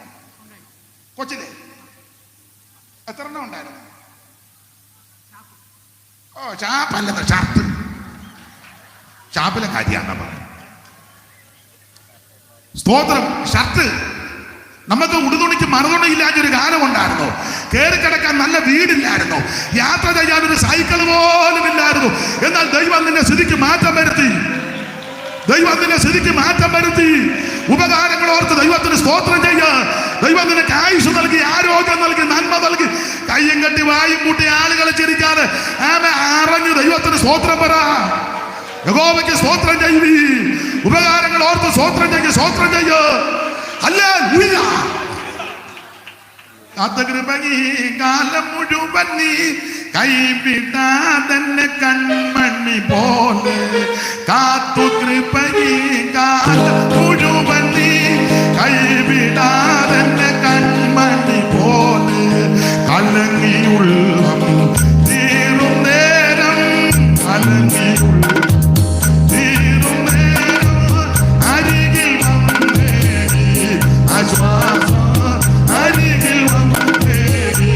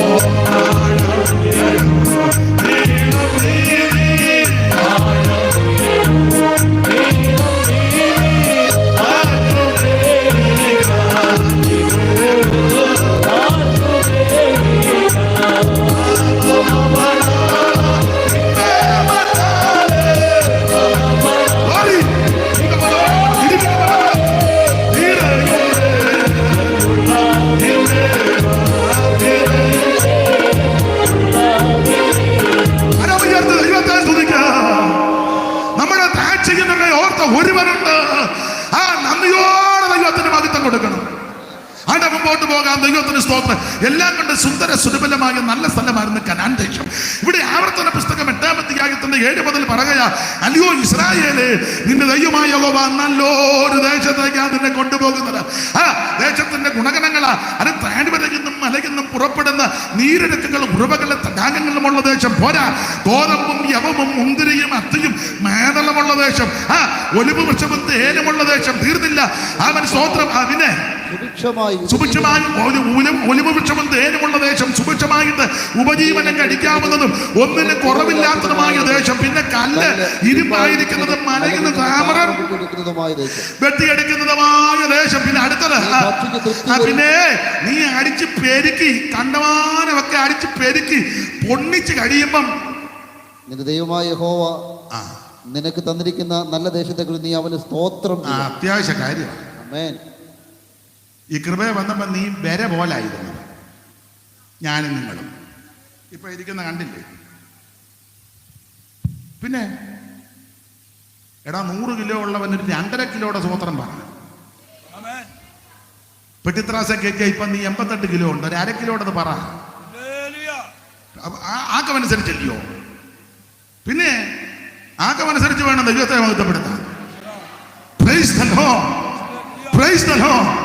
അവൻ നല്ലൊരു ദേശത്തേക്കാണ് ദൈവം നിന്നെ കൊണ്ടുവന്നത്. ഇവിടെ വായിക്കാൻ എന്തൊക്കെയാണ്? അല്ലയോ ഇസ്രായേലേ, നിന്റെ ദൈവമായ യഹോവ നല്ലൊരു ദേശത്തേക്കല്ലോ നിന്നെ കൊണ്ടുവന്നത്. ഞാൻ എൻ്റെ അനുഭവത്തിൽ നിന്ന് പറയും. നിങ്ങളെ ചിലപ്പോൾ കണ്ണിക്കുമായിരിക്കും, ബിബിളിക്കലായിട്ടും തിയോളജി പരമായിട്ടൊക്കെ നിങ്ങൾ കാണിച്ചോ അല്ലേലും കാണിക്കുന്നുണ്ടല്ലോ. സ്തോത്രം. അത് അവിടെ നടക്കട്ടെ. ഒരു കാര്യം പറയാ, എടാ ഈ പെന്തിക്കോസ് വന്നതാണ് നിന്റെ ഭാഗ്യം. എരകഥയും പരകഥയില്ലാതെ ചുമ്മാ എൻ്റെ ഭാഷ പറഞ്ഞ് അലഞ്ഞു തിരിഞ്ഞ് നടന്ന് നീ യേശുവിനെ അറിഞ്ഞ് കർത്താവിനെ രക്ഷകനായി സ്വീകരിച്ച് ഈ മാർഗത്തിൽ വന്നതാ നിന്റെ ഭാഗ്യം. Price the Lord. നീ ഒരു ദൈവ പൈതലായി തീർന്നതാ ഭാഗ്യം. നീ രക്ഷിക്കപ്പെട്ടതാ നിന്റെ ഭാഗ്യം. അതുകൊണ്ട് ഇന്ന് രാത്രി എൻ്റെ സ്നേഹിത സുഹൃത്ത്, എന്നെ കേൾക്കുന്നവർ അടുത്തോ അകലെയോ ആയിക്കോട്ടെ, അല്ല ഓൺലൈനിലായിക്കോട്ടെ, നീ രക്ഷിക്കപ്പെടണം. നീ രക്ഷിക്കപ്പെട്ടാൽ നിനക്ക് നിന്റെ കുടുംബത്തിന് നന്മയാ. മറ്റൊരുത്തനും രക്ഷയില്ലെന്ന്.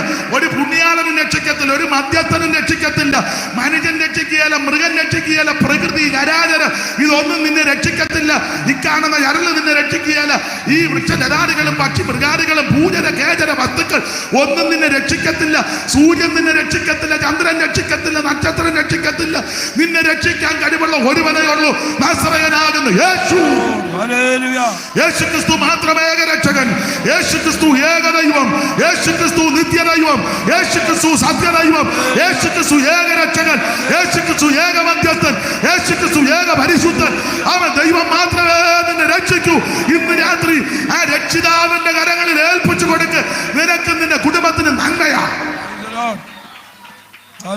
പോലവൻ ഇന്നിവിടെ ആഗതനായിട്ടുണ്ട്.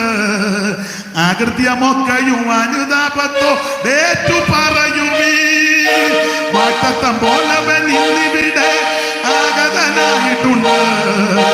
ആകൃത്യമൊക്കെയും അനുതാപത്തോ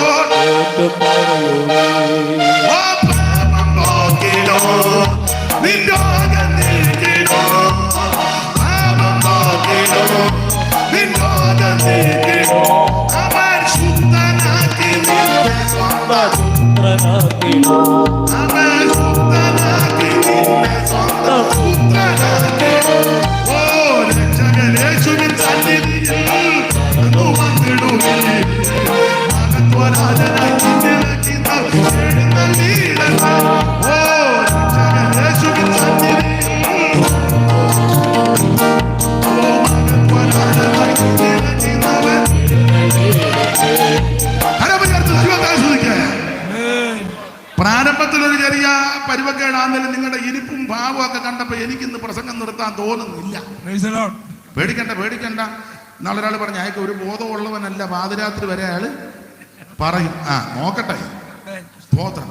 അല്ല, ഈ ബോധക്കേടുള്ളവനും ഇടയ്ക്കുള്ളത് നല്ലതാണ്. എല്ലാവർക്കും ബോധമായാലോ. പണ്ട് മർമാണി കല്യാണം കഴിച്ച പോലെ ഇരിക്കും. അയാൾക്ക് മുഴുവൻ മർമ്മങ്ങളും അറിയാം, ശരീരത്തിലെ മുഴുവൻ മർമ്മങ്ങളും. ഭാര്യ വെറും മെനകേടാണ്. ഈ തള്ള അങ്ങ് ജീവിയിടാം, ഇയാളെ അങ്ങ് ഉപദ്രവിക്കുകയും ചെയ്യും. അയാളെ തന്നെ എന്നിട്ട് അയാൾ തിരിച്ച് തല്ലാൻ ചെല്ലുമ്പം നോക്കുന്നതെല്ലാം മർമ്മമാണ്. പടലിക്കൊരടി കൊണ്ട് അവിടെ ഒരു മർമ്മം. അതിനെ തള്ള ഇയാൾക്ക് തല്ല. അതിൽ ഇടിക്കാൻ അവിടെ ഒരു മർമ്മം. അപ്പൊ ഇയാൾ ഓങ്ങി നിൽക്കുക, തള്ള അതിനെ കയറി കീച്ച. അവർക്ക് മർമ്മമൊന്നും അറിയാൻ വേണ്ടി ചുരുക്കി പറഞ്ഞ ഇയാളെ തല്ലുകൊണ്ട് ഇയാളെ അല്ല, ബോധമായി കഴിഞ്ഞാല് എല്ലാം ഒന്നും പറയാനൊക്കത്തില്ല. ബോധക്കേടുകാരനാകുന്ന എന്നെ ഇങ്ങനെ പരുവത്തിന് വിട്ടത് കൊണ്ട് ബോധക്കേടാന്നേലും പിന്നെ ഇന്നിച്ചിരി ബോധക്കേട് വരട്ടെ. അപ്പൊ ശ്രദ്ധിക്കുക, രക്ഷകനായിട്ട് ഒരുവനേ ഉള്ളൂ, യേശുക്രിസ്തു മാത്രം. അവിടുന്ന് മാത്രമാ രക്ഷിതാവ്. നിന്റെ കുടുംബ മഹിമയൊന്നും നിന്നെ രക്ഷിക്കത്തില്ല. അച്ഛനുള്ളത് കൊണ്ടോ, ജമ്മാച്ചനുള്ളത് കൊണ്ടോ, ഉപദേശം ഉള്ളത് കൊണ്ടോ, സെൻട്രൽ പാസ് ഉള്ളത് കൊണ്ടോ, പള്ളിക്ക് തലം കൊടുത്തത് കൊണ്ടോ, ഹോള് വെക്കാൻ 2.5 സെന്റ് കൊടുത്തത് കൊണ്ടോ 2 പാൻ കിറാന്നാ കറങ്ങുന്നേ. എന്നാ കൊടുത്തപ്പോ ഇവ നല്ലത് കൊടുക്കുക.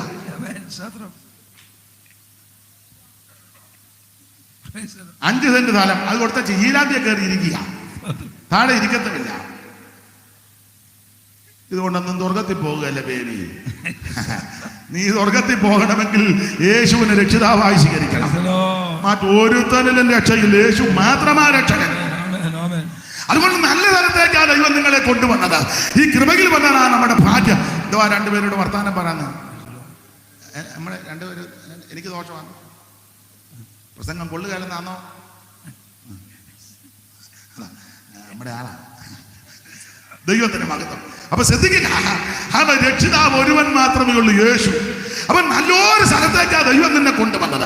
അതായത് ഇവിടെ വായിക്കുന്നത്, അല്ലയോ ഇസ്രായേലേ, നിന്റെ ദൈവമായ യഹോവ നല്ലൊരു ദേശത്തേക്കല്ലോ നിന്നെ കൊണ്ടുവരും. ദേശത്തിന്റെ വിശേഷത അത് താഴ്വരയിന്നും മലയിന്നും പുറപ്പെടുന്ന നീരൊഴുക്കുകളും ഉറവകളും തടാകങ്ങളുമുള്ള ദേശം. ഒറ്റ വാക്കി പറഞ്ഞ വെള്ളത്തിന് പഞ്ഞമില്ല.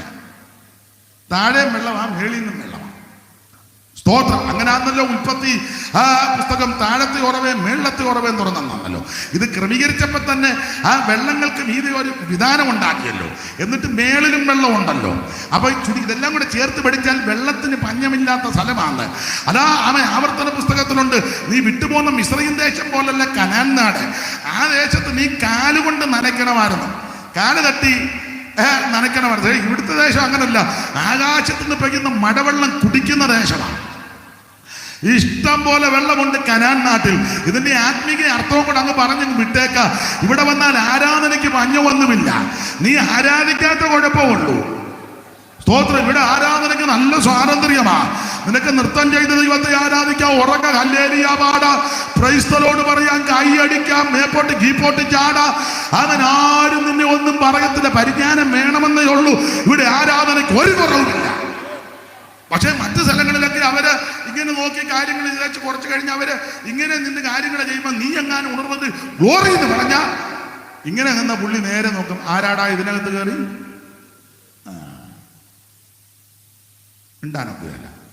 പക്ഷെ ഇവിടെ വന്നേച്ച് ഈ ആരാധനയും കൂട്ടായ്മ നടക്കുമ്പോൾ നീ ഇങ്ങനെ മയിൽക്കുറ്റി ഇരിക്കുമ്പോൾ ഇരുന്നാൽ ഞങ്ങൾ നോക്കും ഇവൻ എന്നാടാ ഇതിനകത്ത് കയറി. ഇതാ ഇതിന്റെ വ്യത്യാസം. വെള്ളത്തിന് പഞ്ഞമില്ലെന്നാൽ താഴ്വരയിൽ നിന്നും മലയിൽ നിന്നും പുറപ്പെടുന്ന നീരിഴക്കുകളും ഉറവകളും തടാകങ്ങളുമുള്ള ദേശം എന്ന് പറഞ്ഞാൽ അവൻ ആത്മീക നിറവുള്ള സ്ഥലമായത്. ദൈവത്തിന്റെ നദിയിൽ വെള്ളം നിറഞ്ഞിരിക്കുന്നു. ഒരു നദി ഉണ്ടെന്ന അതിന്റെ തോടുകൾ ചില പറഞ്ഞ ഇല്ലെന്ന തർക്കിക്കാനൊന്നുമില്ല. ഇല്ല, അവർക്കില്ലായിരിക്കും. പക്ഷെ ഇത് നിന്നിട്ടില്ല കേട്ടോ. നിന്നെന്നാ ചിലര് പറയുന്നത്. നമ്മൾ തർക്കിക്കാനൊന്നും പോകണ്ട. അവൻ സോദ് ഇത് ദൈവത്തിന്റെ ദാനമാണ്. നീ പ്രാർത്ഥിക്കുക. ഇത് ആരുടെ കുത്തകയല്ലെന്ന്. ആരുടെ? പണ്ട് നമ്മുടെ ഒരു യോഗത്തിന് ഒരു ഉണർവ് യോഗക്കാരൻ വന്ന് പറഞ്ഞു അഭിഷേക പ്രേകാത്തെല്ലാം മുന്നോട്ട് വരാൻ പറഞ്ഞു. അപ്പൊ ഞങ്ങളുടെ TCOs പറഞ്ഞു അതിനെ പുറകിരുന്ന കിട്ടാത്ത സാധനമാണ്. പുള്ളി ഉടനെ കുറിക്കൊള്ളുന്ന വർത്താനം പറയുന്ന ആളാ നമ്മുടെ വാഴൂര്. പുള്ളി വന്നവൻ ഇച്ചിരി മെനക്കേടാ. പുള്ളിക്ക് തുടക്കം മുതലേ പിടികിട്ടിയിരിക്കുക. അപ്പൊ പുള്ളി പറഞ്ഞു അഭിഷേകം പ്രാക്കാത്തെല്ലാം കൂടെ മുന്നോട്ട് പോകാം. പുള്ളിയോട് ഇതിനെ പുറകിരുന്ന തരാത്ത സാധനമാണെന്ന് ചോദിച്ചത്. ഇത് ആരുടെ കുത്തകയല്ല, ഇത് ദൈവത്തിന്റെ ദാനമാണ്. ഒരു നദിയുണ്ട്, അതിന്റെ തോടുകൾ ദൈവനഗരത്തെ അത്യുന്നതന്റെ വിശുദ്ധ നിവാസത്തെ സന്തോഷിപ്പിക്കുന്നു. ദൈവം അതിന്റെ മധ്യ കൊണ്ട് കുലുങ്ങിപ്പോകത്തില്ല. ഒരു നദി ഉണ്ടെന്ന ദൈവത്തിന്റെ നദിയിൽ വെള്ളം നിറഞ്ഞിരിക്കുന്നു. ആഗ്രഹിക്കുന്ന ആത്മാക്കളെ ഇന്ന് രാത്രി ദൈവം തൃപ്തിപ്പെടുത്തും. തോട്ടം നനയ്ക്കാൻ ഒരു നദി പുറപ്പെട്ടു 4 ശാഖയായിട്ട് പിരിഞ്ഞു. ഒന്നാമത്തത് പീശോൻ, വെള്ളച്ചാട്ടമത്തർത്ഥം ഹവീലാതെ ചുറ്റും. അവിടെ പൊന്നുണ്ട്, ഗുലുഗുലുണ്ട്, പൊന്നൊക്കെ മേത്തരമ. ഇന്ന് രാത്രി ആത്മാവിന്റെ നദിയിൽ യാനം ചെയ്യുന്ന ദൈവത്തിന്റെ പൈതലെ നീ ആരാധിച്ചു ബലപ്പെടുമ്പോൾ തന്നെ നിനക്ക് വിടുതല. എടാ, പെന്തിക്കോസ് വളർന്നത് കാശിന്റെ പുഷ്പു കൊണ്ട് വളർന്നതല്ല. വിദ്യാനുഗുണന്മാരെല്ലാം കൂടി ഇതിനകത്ത് കയറി വളർന്നതല്ല. വലിയ കുടുംബക്കാരെല്ലാം കൂടി ഇതിനകത്ത് ഇടിച്ചു കയറി വളർന്നതല്ല. പെന്തിക്കോസ് വളർന്നതിന്റെ പ്രധാനപ്പെട്ട കാര്യം പരിശുദ്ധാത്മ നിറവിനെ പ്രാപിച്ച് നൃത്തം ചെയ്ത് ആത്മാവിനെ ആരാധിക്കുന്ന ഒരു കൂട്ടം ജനമുണ്ടായിരുന്നു. മെഡിക്കൽ കോളേജിൽ നിന്ന് തള്ളിയ കേസെല്ലാം പെന്തിക്കോസ് ആരാധന വന്ന വിടുതല. ഞങ്ങൾക്ക് കാവാലത്ത് രച്ചാനുണ്ടായിരുന്നു. മെഡിക്കൽ കോളേജിൽ നിന്ന് ഉപേക്ഷിച്ചത് ആ മാറ്റം കുഞ്ഞ്, കൈതത്തറ മാറ്റം കുഞ്ഞ് ഉപേക്ഷിച്ച് മരിക്കാൻ കൊണ്ടിട്ടുന്നത്. അത് ഇവിടെ ഒരു ചെറിയ അനക്കം. ഞങ്ങളുടെ ഒരു അമ്മച്ചി ഉണ്ടായിരുന്നു. അമ്മച്ചി 62 ദിവസം പോയി പ്രാർത്ഥിച്ചു. മടുക്കാതെ അമ്മയായിരുന്നു. 62 ദിവസം പ്രാർത്ഥിച്ചു. 62 ദിവസം കഴിഞ്ഞപ്പോൾ മാറ്റം കുഞ്ഞിന് എഴുന്നേറ്റു. ഉപദേശിമാരെ വിളിച്ച് മുറ്റത്ത് യോഗം നടത്തി. എന്തിനേറെ ഒരാഴ്ചത്തെ യോഗം കഴിഞ്ഞപ്പോൾ മാറ്റക്കുഞ്ഞാനും തങ്കമ്മാമ്മയും പിള്ളേരും എല്ലാം ധ്യാനപ്പെട്ടു. പെന്തിക്കോസ്. ഞാൻ എൻ്റെ അറിവിൽപ്പെട്ട ഒരു അനുഭവം പറഞ്ഞു നിങ്ങൾക്ക് 100 കണക്കിന് ഇതുപോലെ പറയാനുണ്ട്. ദൈവത്തിന് പെന്തിക്കോസ്. അല്ലാതെ കാശിന്റെ മെടുക്ക് കൊണ്ടോ വിദ്യാഭ്യാസത്തിന്റെ മെച്ചം കൊണ്ടോ കുടുംബശ്രേഷ്ഠത കൊണ്ടോ അവൻ പഠിപ്പ് കൊണ്ടോ പടകം കൊണ്ടൊന്നും അല്ല പെന്തിക്കോസ് വളർന്നിട്ടുണ്ടെങ്കിൽ അവൻ ആത്മാവിൽ ആരാധിക്കുന്ന ദൈവമക്കൾ ഇന്നും ആരാധിക്കുന്നിടത്ത് ദൈവം അത്ഭുതം ചെയ്യും. ദൈവമക്കൾ ആരാധിച്ചാൽ അതിനകത്ത് ദൈവം വിടുതലയിക്കും. ആരാധനയിൽ ബന്ധനങ്ങൾ അടിയുമെന്ന് അവൻ സർവ്വ രോഗങ്ങളെ യേശു സൗഖ്യമാക്കും. ഇന്ന് രാത്രി അവൻ ഇവിടെ വന്ന ദൈവത്തിന്റെ പൈതല് അവൻ വെള്ളമുള്ള സ്ഥലത്താണ് നമ്മൾ എത്തിച്ചേർന്നിരിക്കുന്നത്. വിശ്വസിക്കുന്നവന്റെ ഉള്ളിൽ നിന്ന് തിരുവെടുത്ത് പറയുന്നത് പോലെ ഈ വചനത്തിന്റെ നദികൾ ഒഴുകും. ഇത് തന്നിൽ വിശ്വസിക്കുന്നവർക്ക് കൊടുക്കാനിരിക്കുന്ന ആത്മാവിനെ പറ്റി ആ കർത്താവ് പറഞ്ഞത്. എടാ, സഭയിലുള്ള എല്ലാവരും അഭിഷേകം പ്രാപിക്കണം. നീ ഉമ്മ അമ്മച്ചിയാ, സെക്രട്ടറിയാ, കുന്തവാ, ഓടാലിയാ, നീ അഭിഷേകം പ്രാപിച്ചില്ല. ചുമ്മാ ഇരിക്കുക സൈഡ് കസേര കയറി. കുഞ്ഞാനച്ചാൻ ഞാൻ ചില കാര്യം പറഞ്ഞു വെച്ചാൽ പോയി. എന്നാ പ്രശ്നം? എടേ, അഭിഷേകം പ്രാപിക്കാത്തവൻ ഒരു പൊസിഷനും കൊടുക്കരുത്. സെക്രട്ടറിയാ, അതിന് ഇന്ന് വരെ അഭിഷേകം എന്നാന്ന് പോലെ തമ്പരക്കിട്ട് ഞെട്ടും. അത് നിനക്ക് വെട്ടുപാതമാണ്. നീ ആത്മാവിൽ നൃത്തം ചെയ്ത് ദൈവത്തെ ആരാധിക്കണം. ഇത് അഭിഷേകത്തിന്റെ ശക്തിയാ. ആത്മാവിൽ ആരാധിക്കുമ്പോൾ രോഗബന്ധനങ്ങൾ അഴിയുമെന്ന്, ഭൂതങ്ങൾ വിട്ടുപോകും, രോഗികൾ സൗഖ്യമാക്കും, മുടന്തര് നടക്കും, ചെകിടക്ക് കേൾവി ഉണ്ടാകും, ഊമന് സംസാരിക്കും. Praise the Lord. പാട്ടുകാരും എല്ലാം അഭിഷേകം പ്രാപിച്ചിരിക്കണം. നമ്മുടെ കൂട്ടായ്മ വരുന്ന എല്ലാവരും ആത്മാവിൽ ദൈവത്തെ ആരാധിക്കണം. Praise the Lord. Praise the Lord. അത് തേൻവരകുന്നും മലകുന്നും പുറപ്പെടുന്ന നീരൊഴുക്കുകളും ഉറവകളും തടാകങ്ങളുമുള്ള ദേശം. പിന്നെ വായിച്ചാട്ടെ കർത്തദാസനെ, ദൈവദാസൻ വായിച്ചാട്ടെ. വായിക്കും. ഗോതമ്പും യവവും മുന്തിരിവള്ളിയും അത്തിവൃക്ഷവും മാതള നാരവും ഉള്ള ദേശം, ഒരു വൃക്ഷവും തേനുമുള്ള ദേശം. അപ്പൊ എത്ര കൂട്ട സാധനം ഉണ്ട്? വായിച്ചെന്നേ ഉള്ളു, എണ്ണിയില്ല. കോതമ്പ്, യവം, മുന്തിരി, അത്തി, മാതളം, ഒലിവ്, തേൻ. 7 കൂട്ട സാധനം. അതുള്ളതോ ഒന്നുകൊന്നുക്കും മെച്ചം. ഞാനിങ്ങനെ പറയും, കനാൻ നാട്ടിൽ 7 കൂട്ടം സാധനം. മിസ്രൈമിലോ? മിസ്രൈമിൽ 6. വായിച്ചോ, സംഖ്യാപുസ്തകം 11:4. മിസ്രൈമിൽ 6, സംഖ്യ 11:4. പെട്ടെന്ന് സംഖ്യാപുസ്തകം 11-ാം അധ്യായത്തിന്റെ 4-ാം വാക്യം. പിന്നെ അവരുടെ ഇടയിലുള്ള മിസ്രൈയാനി കുടുംബം ദുരാഗ്രഹ ഇസ്രായേൽ മക്കൾ വീണ്ടും കരഞ്ഞുകൊണ്ട്, ഞങ്ങൾക്ക് തിന്മാൻ ഇറച്ചി ആര് തരും? ഞങ്ങൾ മിസ്രൈമിൽ വെച്ച് വില കൂടാതെ തിന്നിട്ടുള്ള മത്സ്യം, വെള്ളരിക്ക, മത്തങ്ങ, ഉള്ളി, ചുമന്നുള്ളി, ചിറ്റുള്ളി, ഇത് ഞങ്ങൾ ഓർക്കുന്നു. ഇപ്പോഴും ഞങ്ങളുടെ പ്രാണം വിശപ്പ് കൊണ്ട് പൊരിഞ്ഞിരിക്കുന്നു. ഈ മന്നയല്ലാതെ ഇവിടെ ഒന്നുമില്ലെന്ന. വായിച്ചോ, മൈക്കുണ്ടല്ലോ, വായിച്ചോ. 4 മുതൽ. പിന്നെ അവരുടെ ഇടയിൽ സമ്മിശ്ര ജാതി ദുരാഗ്രഹികളായ ഇസ്രായേൽ മക്കളുടെ വീണ്ടും കരഞ്ഞുകൊണ്ട്, ഇസ്രായേൽ മക്കൾ വീണ്ടും കരഞ്ഞുകൊണ്ട്, ഞങ്ങൾക്ക് തിന്മാൻ ഇറച്ചി ആര് തരും? ഇറച്ചി ആര് തരും? ഇറച്ചി ഉണ്ടെന്നൊന്നുമില്ല. പിന്നെ അടുത്തത്, ഞങ്ങൾക്ക് മിസ്രൈമിൽ വെച്ച് വില കൂടാതെ തിന്നിട്ടുള്ള മത്സ്യം, മത്സ്യം, വെള്ളരിക്ക, മത്തങ്ങ, ഉള്ളി, ചുവന്നുള്ളി, ചിറ്റുള്ളി. 6 ഉള്ളു. മത്സ്യം, വെള്ളരിക്ക, മത്തങ്ങ, ഉള്ളി, ചുവന്നുള്ളി, ചിറ്റുള്ളി. 6. കനാനിൽ എത്രയാ? 7. മിസ്രൈമിൽ 6. ആ ഉള്ളതിൽ 6 ഉള്ളി തന്നെ. 6-ൽ 3 ഉള്ളിയാ. ഏതാ?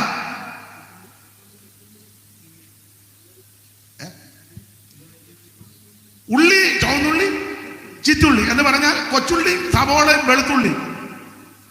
അല്ല പിന്നെ വേറെ? എടാ, നീ മിസ്രൈമിൽ കിടന്ന വെളുത്തുള്ളി തിന്നതിന്റെ ഊപ്പാട് വരും, നാറ്റവുമാണ്. ഇത് കണ്ടമാനം കഴിച്ചാലും പരുവക്കേട. നീ കനാനിമാണ്.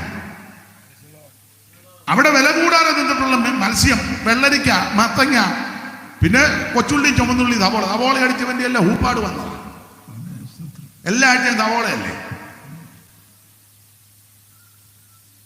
ഈ ആഴ്ച സവോളയായിട്ട് ഒരാൾ വരും, അടുത്ത ആഴ്ച നമുക്ക് കൊച്ചുള്ളിയായിട്ട് ഒരാൾ വരുന്നുണ്ട്, അതിന്റെ പിറ്റേ ആഴ്ച വെളുത്തുള്ളി. എന്നാൽ കനാൻ നാട്ടിൽ അങ്ങനല്ല, ഒന്നുകൊന്നൊക്കെ മെച്ചമാ. അതെല്ലാം വിശേഷപ്പെട്ട ഭക്ഷണമല്ലേ. ഗോതമ്പ്, നല്ല ഗോതമ്പ് കനാനിൽ കിട്ടും. നമുക്കിവിടെ കിട്ടുന്ന ഗോതമ്പൊന്നും അത്ര നല്ലത്. ഇപ്പോൾ പഞ്ചാബിലൊക്കെ നല്ലതുണ്ട്, നമുക്ക് വരുന്നില്ല. അതൊക്കെ നാളെ തള്ള പറഞ്ഞു, അതൊക്കെ ആണുങ്ങൾ തിന്നുന്നുണ്ട്. തള്ളയുടെ ഭാഷയാണേ അതെല്ലാം. അപ്പൊ ഞാൻ ചോദിച്ചു, പിന്നെ നമ്മളല്ല? അങ്ങനെയൊക്കെ പ്രയോഗമുണ്ട്. പണ്ടൊരാൾ പറഞ്ഞു, കല്യാണത്തിന് ആരൊക്കെ വിരുന്ന് അവിടെ ആരൊക്കെയാ പോയെന്ന് ചോദിച്ചു. പറഞ്ഞു,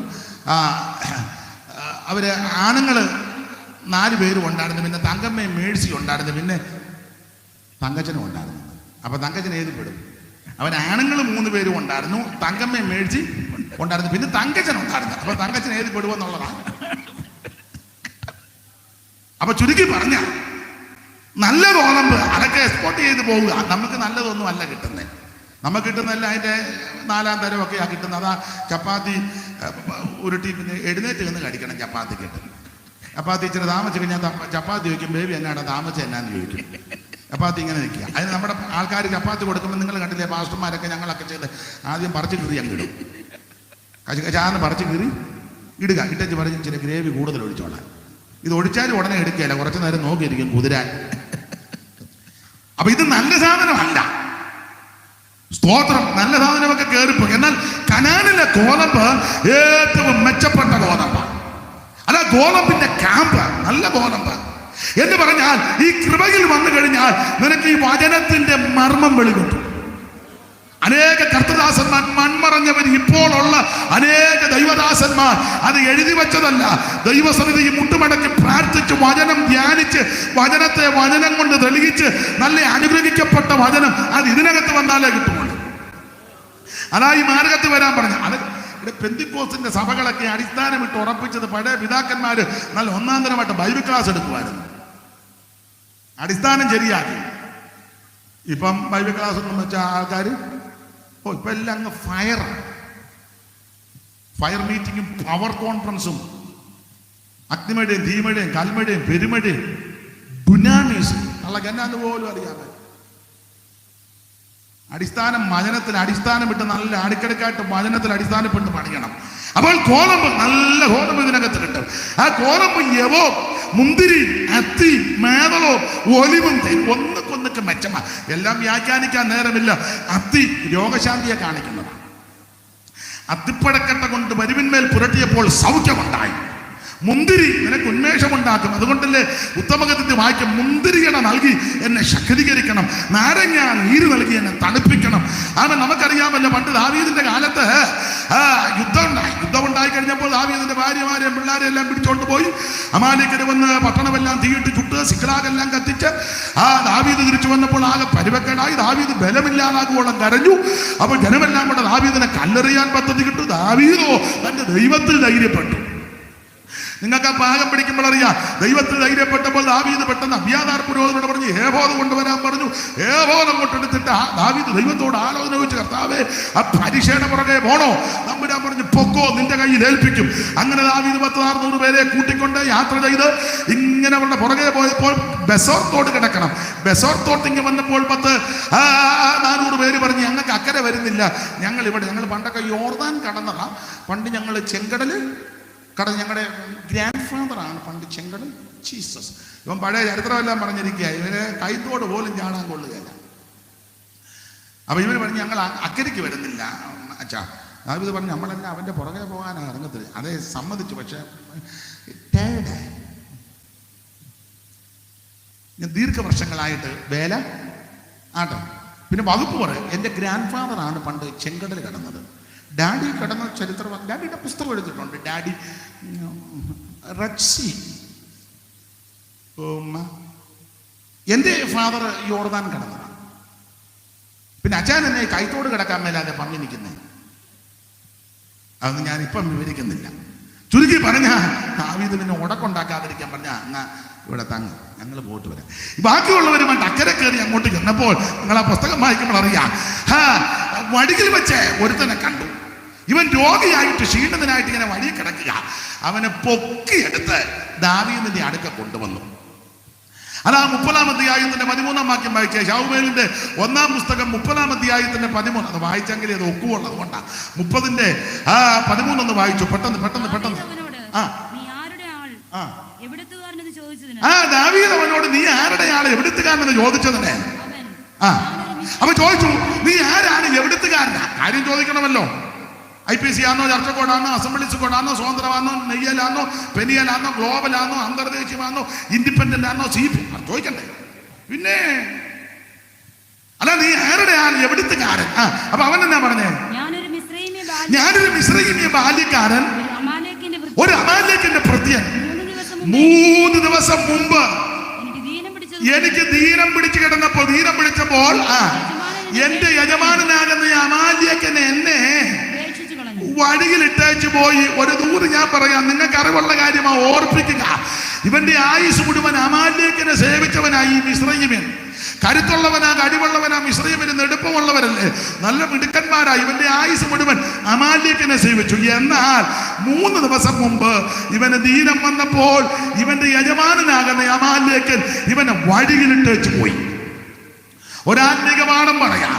നീ ലോകത്തിന്റെ പുറകെ പോയാൽ, ലോകക്കാരുടെ പുറകെ പോയാൽ, ലോകഭോഗത്തിന്റെ പുറകെ പോയാൽ, നിനക്ക് ദീനം വന്നാൽ, ക്ഷീണം വന്നാൽ, ക്ലേശം വന്നാൽ, കെടുതി വന്നാൽ ആരും കാണത്തില്ല, നിന്നെ ഇട്ടേച്ചു പോകും. ഇങ്ങനെ വിളിക്കുമ്പോഴേ അവർക്ക് നമ്മളെ കൂടെ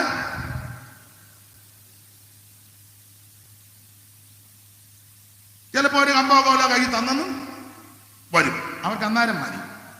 അതേസമയം ശ്വാസം മുട്ടലുമൊക്കെ ആയി വടി കുത്തി പറയാ നമ്മുടെ ഒരു പഴയ ആളാ ആ മൂലയിലെങ്ങാനും പോയിരിക്കാൻ പറ, ഇനി ആരും മൈൻഡ് ചെയ്യുക. ഇതാ ലോകം. നീ ലോകത്തിന് വേണ്ടി നിന്റെ ഓജസ്സും ആരോഗ്യവും ആയുസും കളഞ്ഞാൽ, ക്ഷീണിതനായാൽ, കെടുതി വന്നാൽ നിന്നെ വഴിയിലിട്ടേച്ച് പോകും. എന്നാൽ എന്നെ കേൾക്കുന്ന ദൈവ പൈതലേ, നിന്റെ ആയുസ് മുഴുവൻ നല്ല കർത്താവിനെ സേവിച്ചാൽ, യേശുവിനെ ആരാധിച്ചാൽ, യേശുവിനെ ശുശ്രൂഷിച്ചാൽ, യേശുവിന്റെ പടയാളിയായി നിന്നാൽ നിനക്ക് ദീനം വരത്തില്ല. അഥവാ വന്നാൽ നിന്നെ വഴിയിലിടത്തില്ല, ദീനത്തിൽ കിടക്ക മാറ്റി വിരിച്ചു തരും. നിന്നെ ഉപേക്ഷിക്കത്തില്ല, അനാഥനായിട്ട് വിടത്തില്ല. ഞാനോ ലോകാവസാനത്തോളം എല്ലാ നാളും കൂട് കണ്ട് നരളി ചെയ്ത അരിമണാത് തന്റെ ഭുജത്തിൽ നിന്നെ താങ്ങും. അത് വിവരിക്കുന്നില്ല. ഇവൻ പറയുക, ഞാനൊരു അമാലിക്കിന്റെ പ്രത്യൻ മിശ്രയും ഈ ബാല്യക്കാരൻ 3 ദിവസം മുമ്പ് എനിക്ക് ദീനം വന്നപ്പോൾ ഞാൻ ഇക്കാലം അത്രയും സേവിച്ച എന്റെ യജമാനൻ എന്നെ വഴിയിലിട്ടേച്ച് പോയി. പരുവക്കാട് രോഗിയായി ആരുമില്ല, ആകെ പരുവക്കേട് കിടക്കുക. ഇവനെ പൊക്കിയെടുത്ത് ദാവീദിന്റെ അടുക്കൽ കൊണ്ടുവന്നു. അപ്പൊ ദാവീദ് ഇവന് 4 കൂട്ടം സാധനം കൊടുത്തു. ഇനി 11-ാം വാക്യം വായിച്ചേ മോളെ. 11 ഇങ്ങോട്ടും 11. അവർ വയലിൽ വെച്ച് ഒരു മിസ്രയീമിനെ കണ്ടു. അവർ വഴിയിൽ വെച്ചൊരു മിസ്രയീമിനെ കണ്ടു. അടുത്തത് ദാവീദിന്റെ അടുക്കൽ കൊണ്ടുചെന്നു. അപ്പം കൊടുത്തു. ഇങ്ങോട്ട് നോക്കിയേ. 4 കൂട്ടം സാധനം കൊടുത്തു. 1 അപ്പം കൊടുത്തു. അവൻ അപ്പം കൊടുത്തു. പിന്നെ 2 ഇവന് വെള്ളം കൊടുത്തു. ഏതാ? രോഗിയാ, ക്ഷീണത്തിന് ആരുമില്ല, അനാഥത്വം പേറി പരുവക്കാടി കിടക്കുക. ആദ്യം അപ്പം, പിന്നെ വെള്ളം, പിന്നെ ഒരു കഷ്ണം അത്തിയട. എനിക്കിവിടെ വടവുതാ. അപ്പൊ ശ്രദ്ധിക്കുക, ആദ്യം അപ്പം കൊടുത്തു, പിന്നെ വെള്ളം കൊടുത്തു, പിന്നെ അത്തിയട. അങ്ങനല്ലേ മോളെ? അത്തിയട കൊടുത്തു. അത്തിയട കഴിഞ്ഞ് പിന്നെ ഞാൻ കൊടുത്തു 2 ഉണക്കമുന്തിരിക്കൊല. ഇങ്ങോട്ട് നോക്കിയേ. അപ്പം, വെള്ളം, അത്തിയട, 2 ഉണക്കമുന്തിരിക്കൊല. അടുത്ത വാക്യം ശ്രദ്ധേയം. അത് തിന്നപ്പോൾ ഈ 4 കൂട്ടം സാധനം കഴിക്കുകയും കുടിക്കുകയും ചെയ്തു. അത് തിന്നപ്പോൾ അവന് ഉയര് വീണു. നിനക്ക് ഉയരുണ്ടാക്കുന്നത് അത്തിയുടെ മുന്തിരി, ഗോതമ്പിന്റെ അപ്പോ. ഇതാ കനാൻ നാട്ടിൽ എന്ന് പറഞ്ഞാൽ നിന്റെ രോഗത്തിന്റെ കെടുതികളെ മാറ്റുമെന്ന്. ചിലപ്പോ രക്തത്തിനകത്തോ അസ്ഥിക്കകത്തോ നിന്റെ ധമനിക്കകത്തോ ഞരമ്പിനകത്തോ അവൻ ബ്ലഡിനകത്തൊക്കെ രോഗാണുക്കൾ കാണും. ഡോക്ടർമാര് പറഞ്ഞു കാണും രക്ഷയില്ല. അവൻ എന്നൊക്കെ അടക്കാവിടെ പറയട്ടെ. ഇന്ന് രാത്രി നീ വചനത്തിൽ വിശ്വസിച്ചാൽ, വചനം ഏറ്റെടുത്താൽ, നീ വചനത്തിൽ ബലപ്പെട്ടാൽ നിനക്ക് ഇന്നലത്തെ ഉയരുണ്ടാകാൻ പോകുകയാണ്. സമൃദ്ധിയായ ജീവൻ നൽകാനാ യേശു വന്നത്. യേശു ആരെ കൊല്ലുന്ന ദൈവമല്ല, യേശു ജീവിപ്പിക്കുന്ന ദൈവമാ. ഇന്ന് രാത്രി യേശു നിനക്ക് ജീവൻ തരും, സമൃദ്ധിയായ ജീവൻ തരും. ഇന്ന് രാത്രി നിനക്ക് ഉയര് തരാൻ പോകുകയാ. അട്ടമല്ല ജലപട്ടമല്ല തിരിപ്പിക്കമല്ല വിശ്വസിച്ച് ഏറ്റെടുക്ക്. നീ രോഗിയായിട്ടായിരിക്കും വന്നത്, തിരിച്ചങ്ങനെ വിടത്തില്ല. ഇന്ന് രാത്രി നിന്റെ രോഗബന്ധനത്തെ അടിക്കാൻ പോകുകയാ. ഇന്ന് രാത്രി നീ മനക്ലേശങ്ങൾ അടിക്കാൻ പോകുകയാ. ഈ രാത്രി നീ വിടുവിക്കാൻ പോകുകയാ. അർത്ഥല ജലാധാര വൈഡപ്പടമന. ദൈവത്തിന് മഹത്വം. Praise the Lord. Praise the Lord. അംശജാല രഗതന വിടുതൽ. അവൻ സെൻട്രൽ കൺവെൻഷൻ വിടുതലാകട്ടെ. ശരീരത്തിൽ വിടുതലുണ്ടാകട്ടെ. രോഗക്കെടുതികൾ മാറട്ടെ. സകല ബന്ധനങ്ങൾ അടിയട്ടെ. അംശ ജലാധാര വൈഡപ്പടമന അംശജാല രഗതന വിരിവികമന.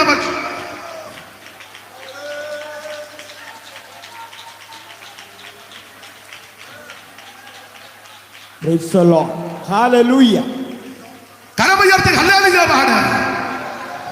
ഞാൻ ഈ പ്രസംഗത്തിന്റെ മുഖവര പറഞ്ഞതുള്ളൂ. 9:30 ആയത് അറിഞ്ഞില്ല, സോറി, ക്ഷമിക്കുക. മതി, ഗുണമാകാനാന്ന് ഇതൊക്കെ മതി. കർത്താവ് അനുവദിക്കുകയാന്നേ. ദൈവത്തിന് ഹിതമുണ്ടേ. മുണ്ടക്കയത്ത് വേറെ 2 ദിവസം വരുന്നുണ്ട്. അന്നേരം ഒക്കുന്നെങ്കിൽ ഇതിൽ നിന്നല്ലെങ്കിൽ വേറെ നമുക്ക് ചിന്തിക്കാം. കരമുയർത്തി ദൈവത്തെ സ്തുതിക്കുക. യേശു മാത്രമേ ഏകരക്ഷകൻ. ഇന്ന് രാത്രി നിനക്ക് ഉയര് തരും. ഈ 4 കൂട്ടം സാധനം കഴിച്ചപ്പോൾ രോഗിയായി, ക്ഷീണിതനായി, എല്ലാവരും ഉപേക്ഷിച്ച് തള്ളപ്പെട്ടവന് ഉയരുണ്ടായി. യേശു നിന്നെ രക്ഷിക്കും. യേശു മാത്രമേ രക്ഷിക്കൂ. യേശു ക്രിസ്തുവിൽ കൂടി മാത്രമാ രക്ഷ. നിനക്ക് നിത്യജീവൻ തരുമെന്ന്. കരമുയർത്തി ദൈവത്തെ സ്തുതിക്കേ. ഈ യോഗം കഴിഞ്ഞ് ആരെയും പ്രാർത്ഥിക്കണമെന്ന് താല്പര്യമുള്ളവരുണ്ടെങ്കിൽ അവർക്ക് മുൻപോട്ട് വന്നാൽ ആശീർവാദം കഴിഞ്ഞ് അവർക്ക് വേണ്ടി ഞാൻ പ്രാർത്ഥിക്കാം. പ്രാർത്ഥിച്ചേ പോകൂ. എത്ര മുതുപാതരായാലും പ്രാർത്ഥിച്ചേ പോവുള്ളൂ. ഭാരപ്പെടുകയൊന്നും വേണ്ട. കർത്താവ് നിങ്ങളെ എല്ലാവരെയും അനുഗ്രഹിച്ച് ആ പാഴ്ചയൊക്കെ ഇതാ ഇങ്ങനെ ഒക്കുള്ളൂ. തുടക്കത്തിലേ പറഞ്ഞല്ലേ ബോധമില്ലെന്ന്. സ്തോത്രം. അങ്ങനെ ഇരിക്കട്ടെ. കർത്താവ് നിങ്ങളെ എല്ലാവരെയും അനുഗ്രഹിക്കും. എന്നെ ക്ഷണിച്ചതിനും സമയം തന്നതിനും സെന്ററിനോടും സെന്ററിന് ചുമതല വഹിക്കുന്നവരോടും നന്ദി. എല്ലാവരോടും നന്ദി. നിങ്ങൾ ഓർക്കുന്ന സമയത്ത് എന്നെയും കുടുംബത്തെയും ശുശ്രൂഷയും തിരുവല്ലായിൽ ഒരു സഭയുണ്ട്. ആ കൂട്ടായ്മകളെ ഓർത്ത് പ്രാർത്ഥിക്കണമെന്ന് എല്ലാവരോടും അപേക്ഷിക്കുന്നു. ദൈവം നിങ്ങളെ എല്ലാവരെയും അനുഗ്രഹിക്കട്ടെ. Thank you.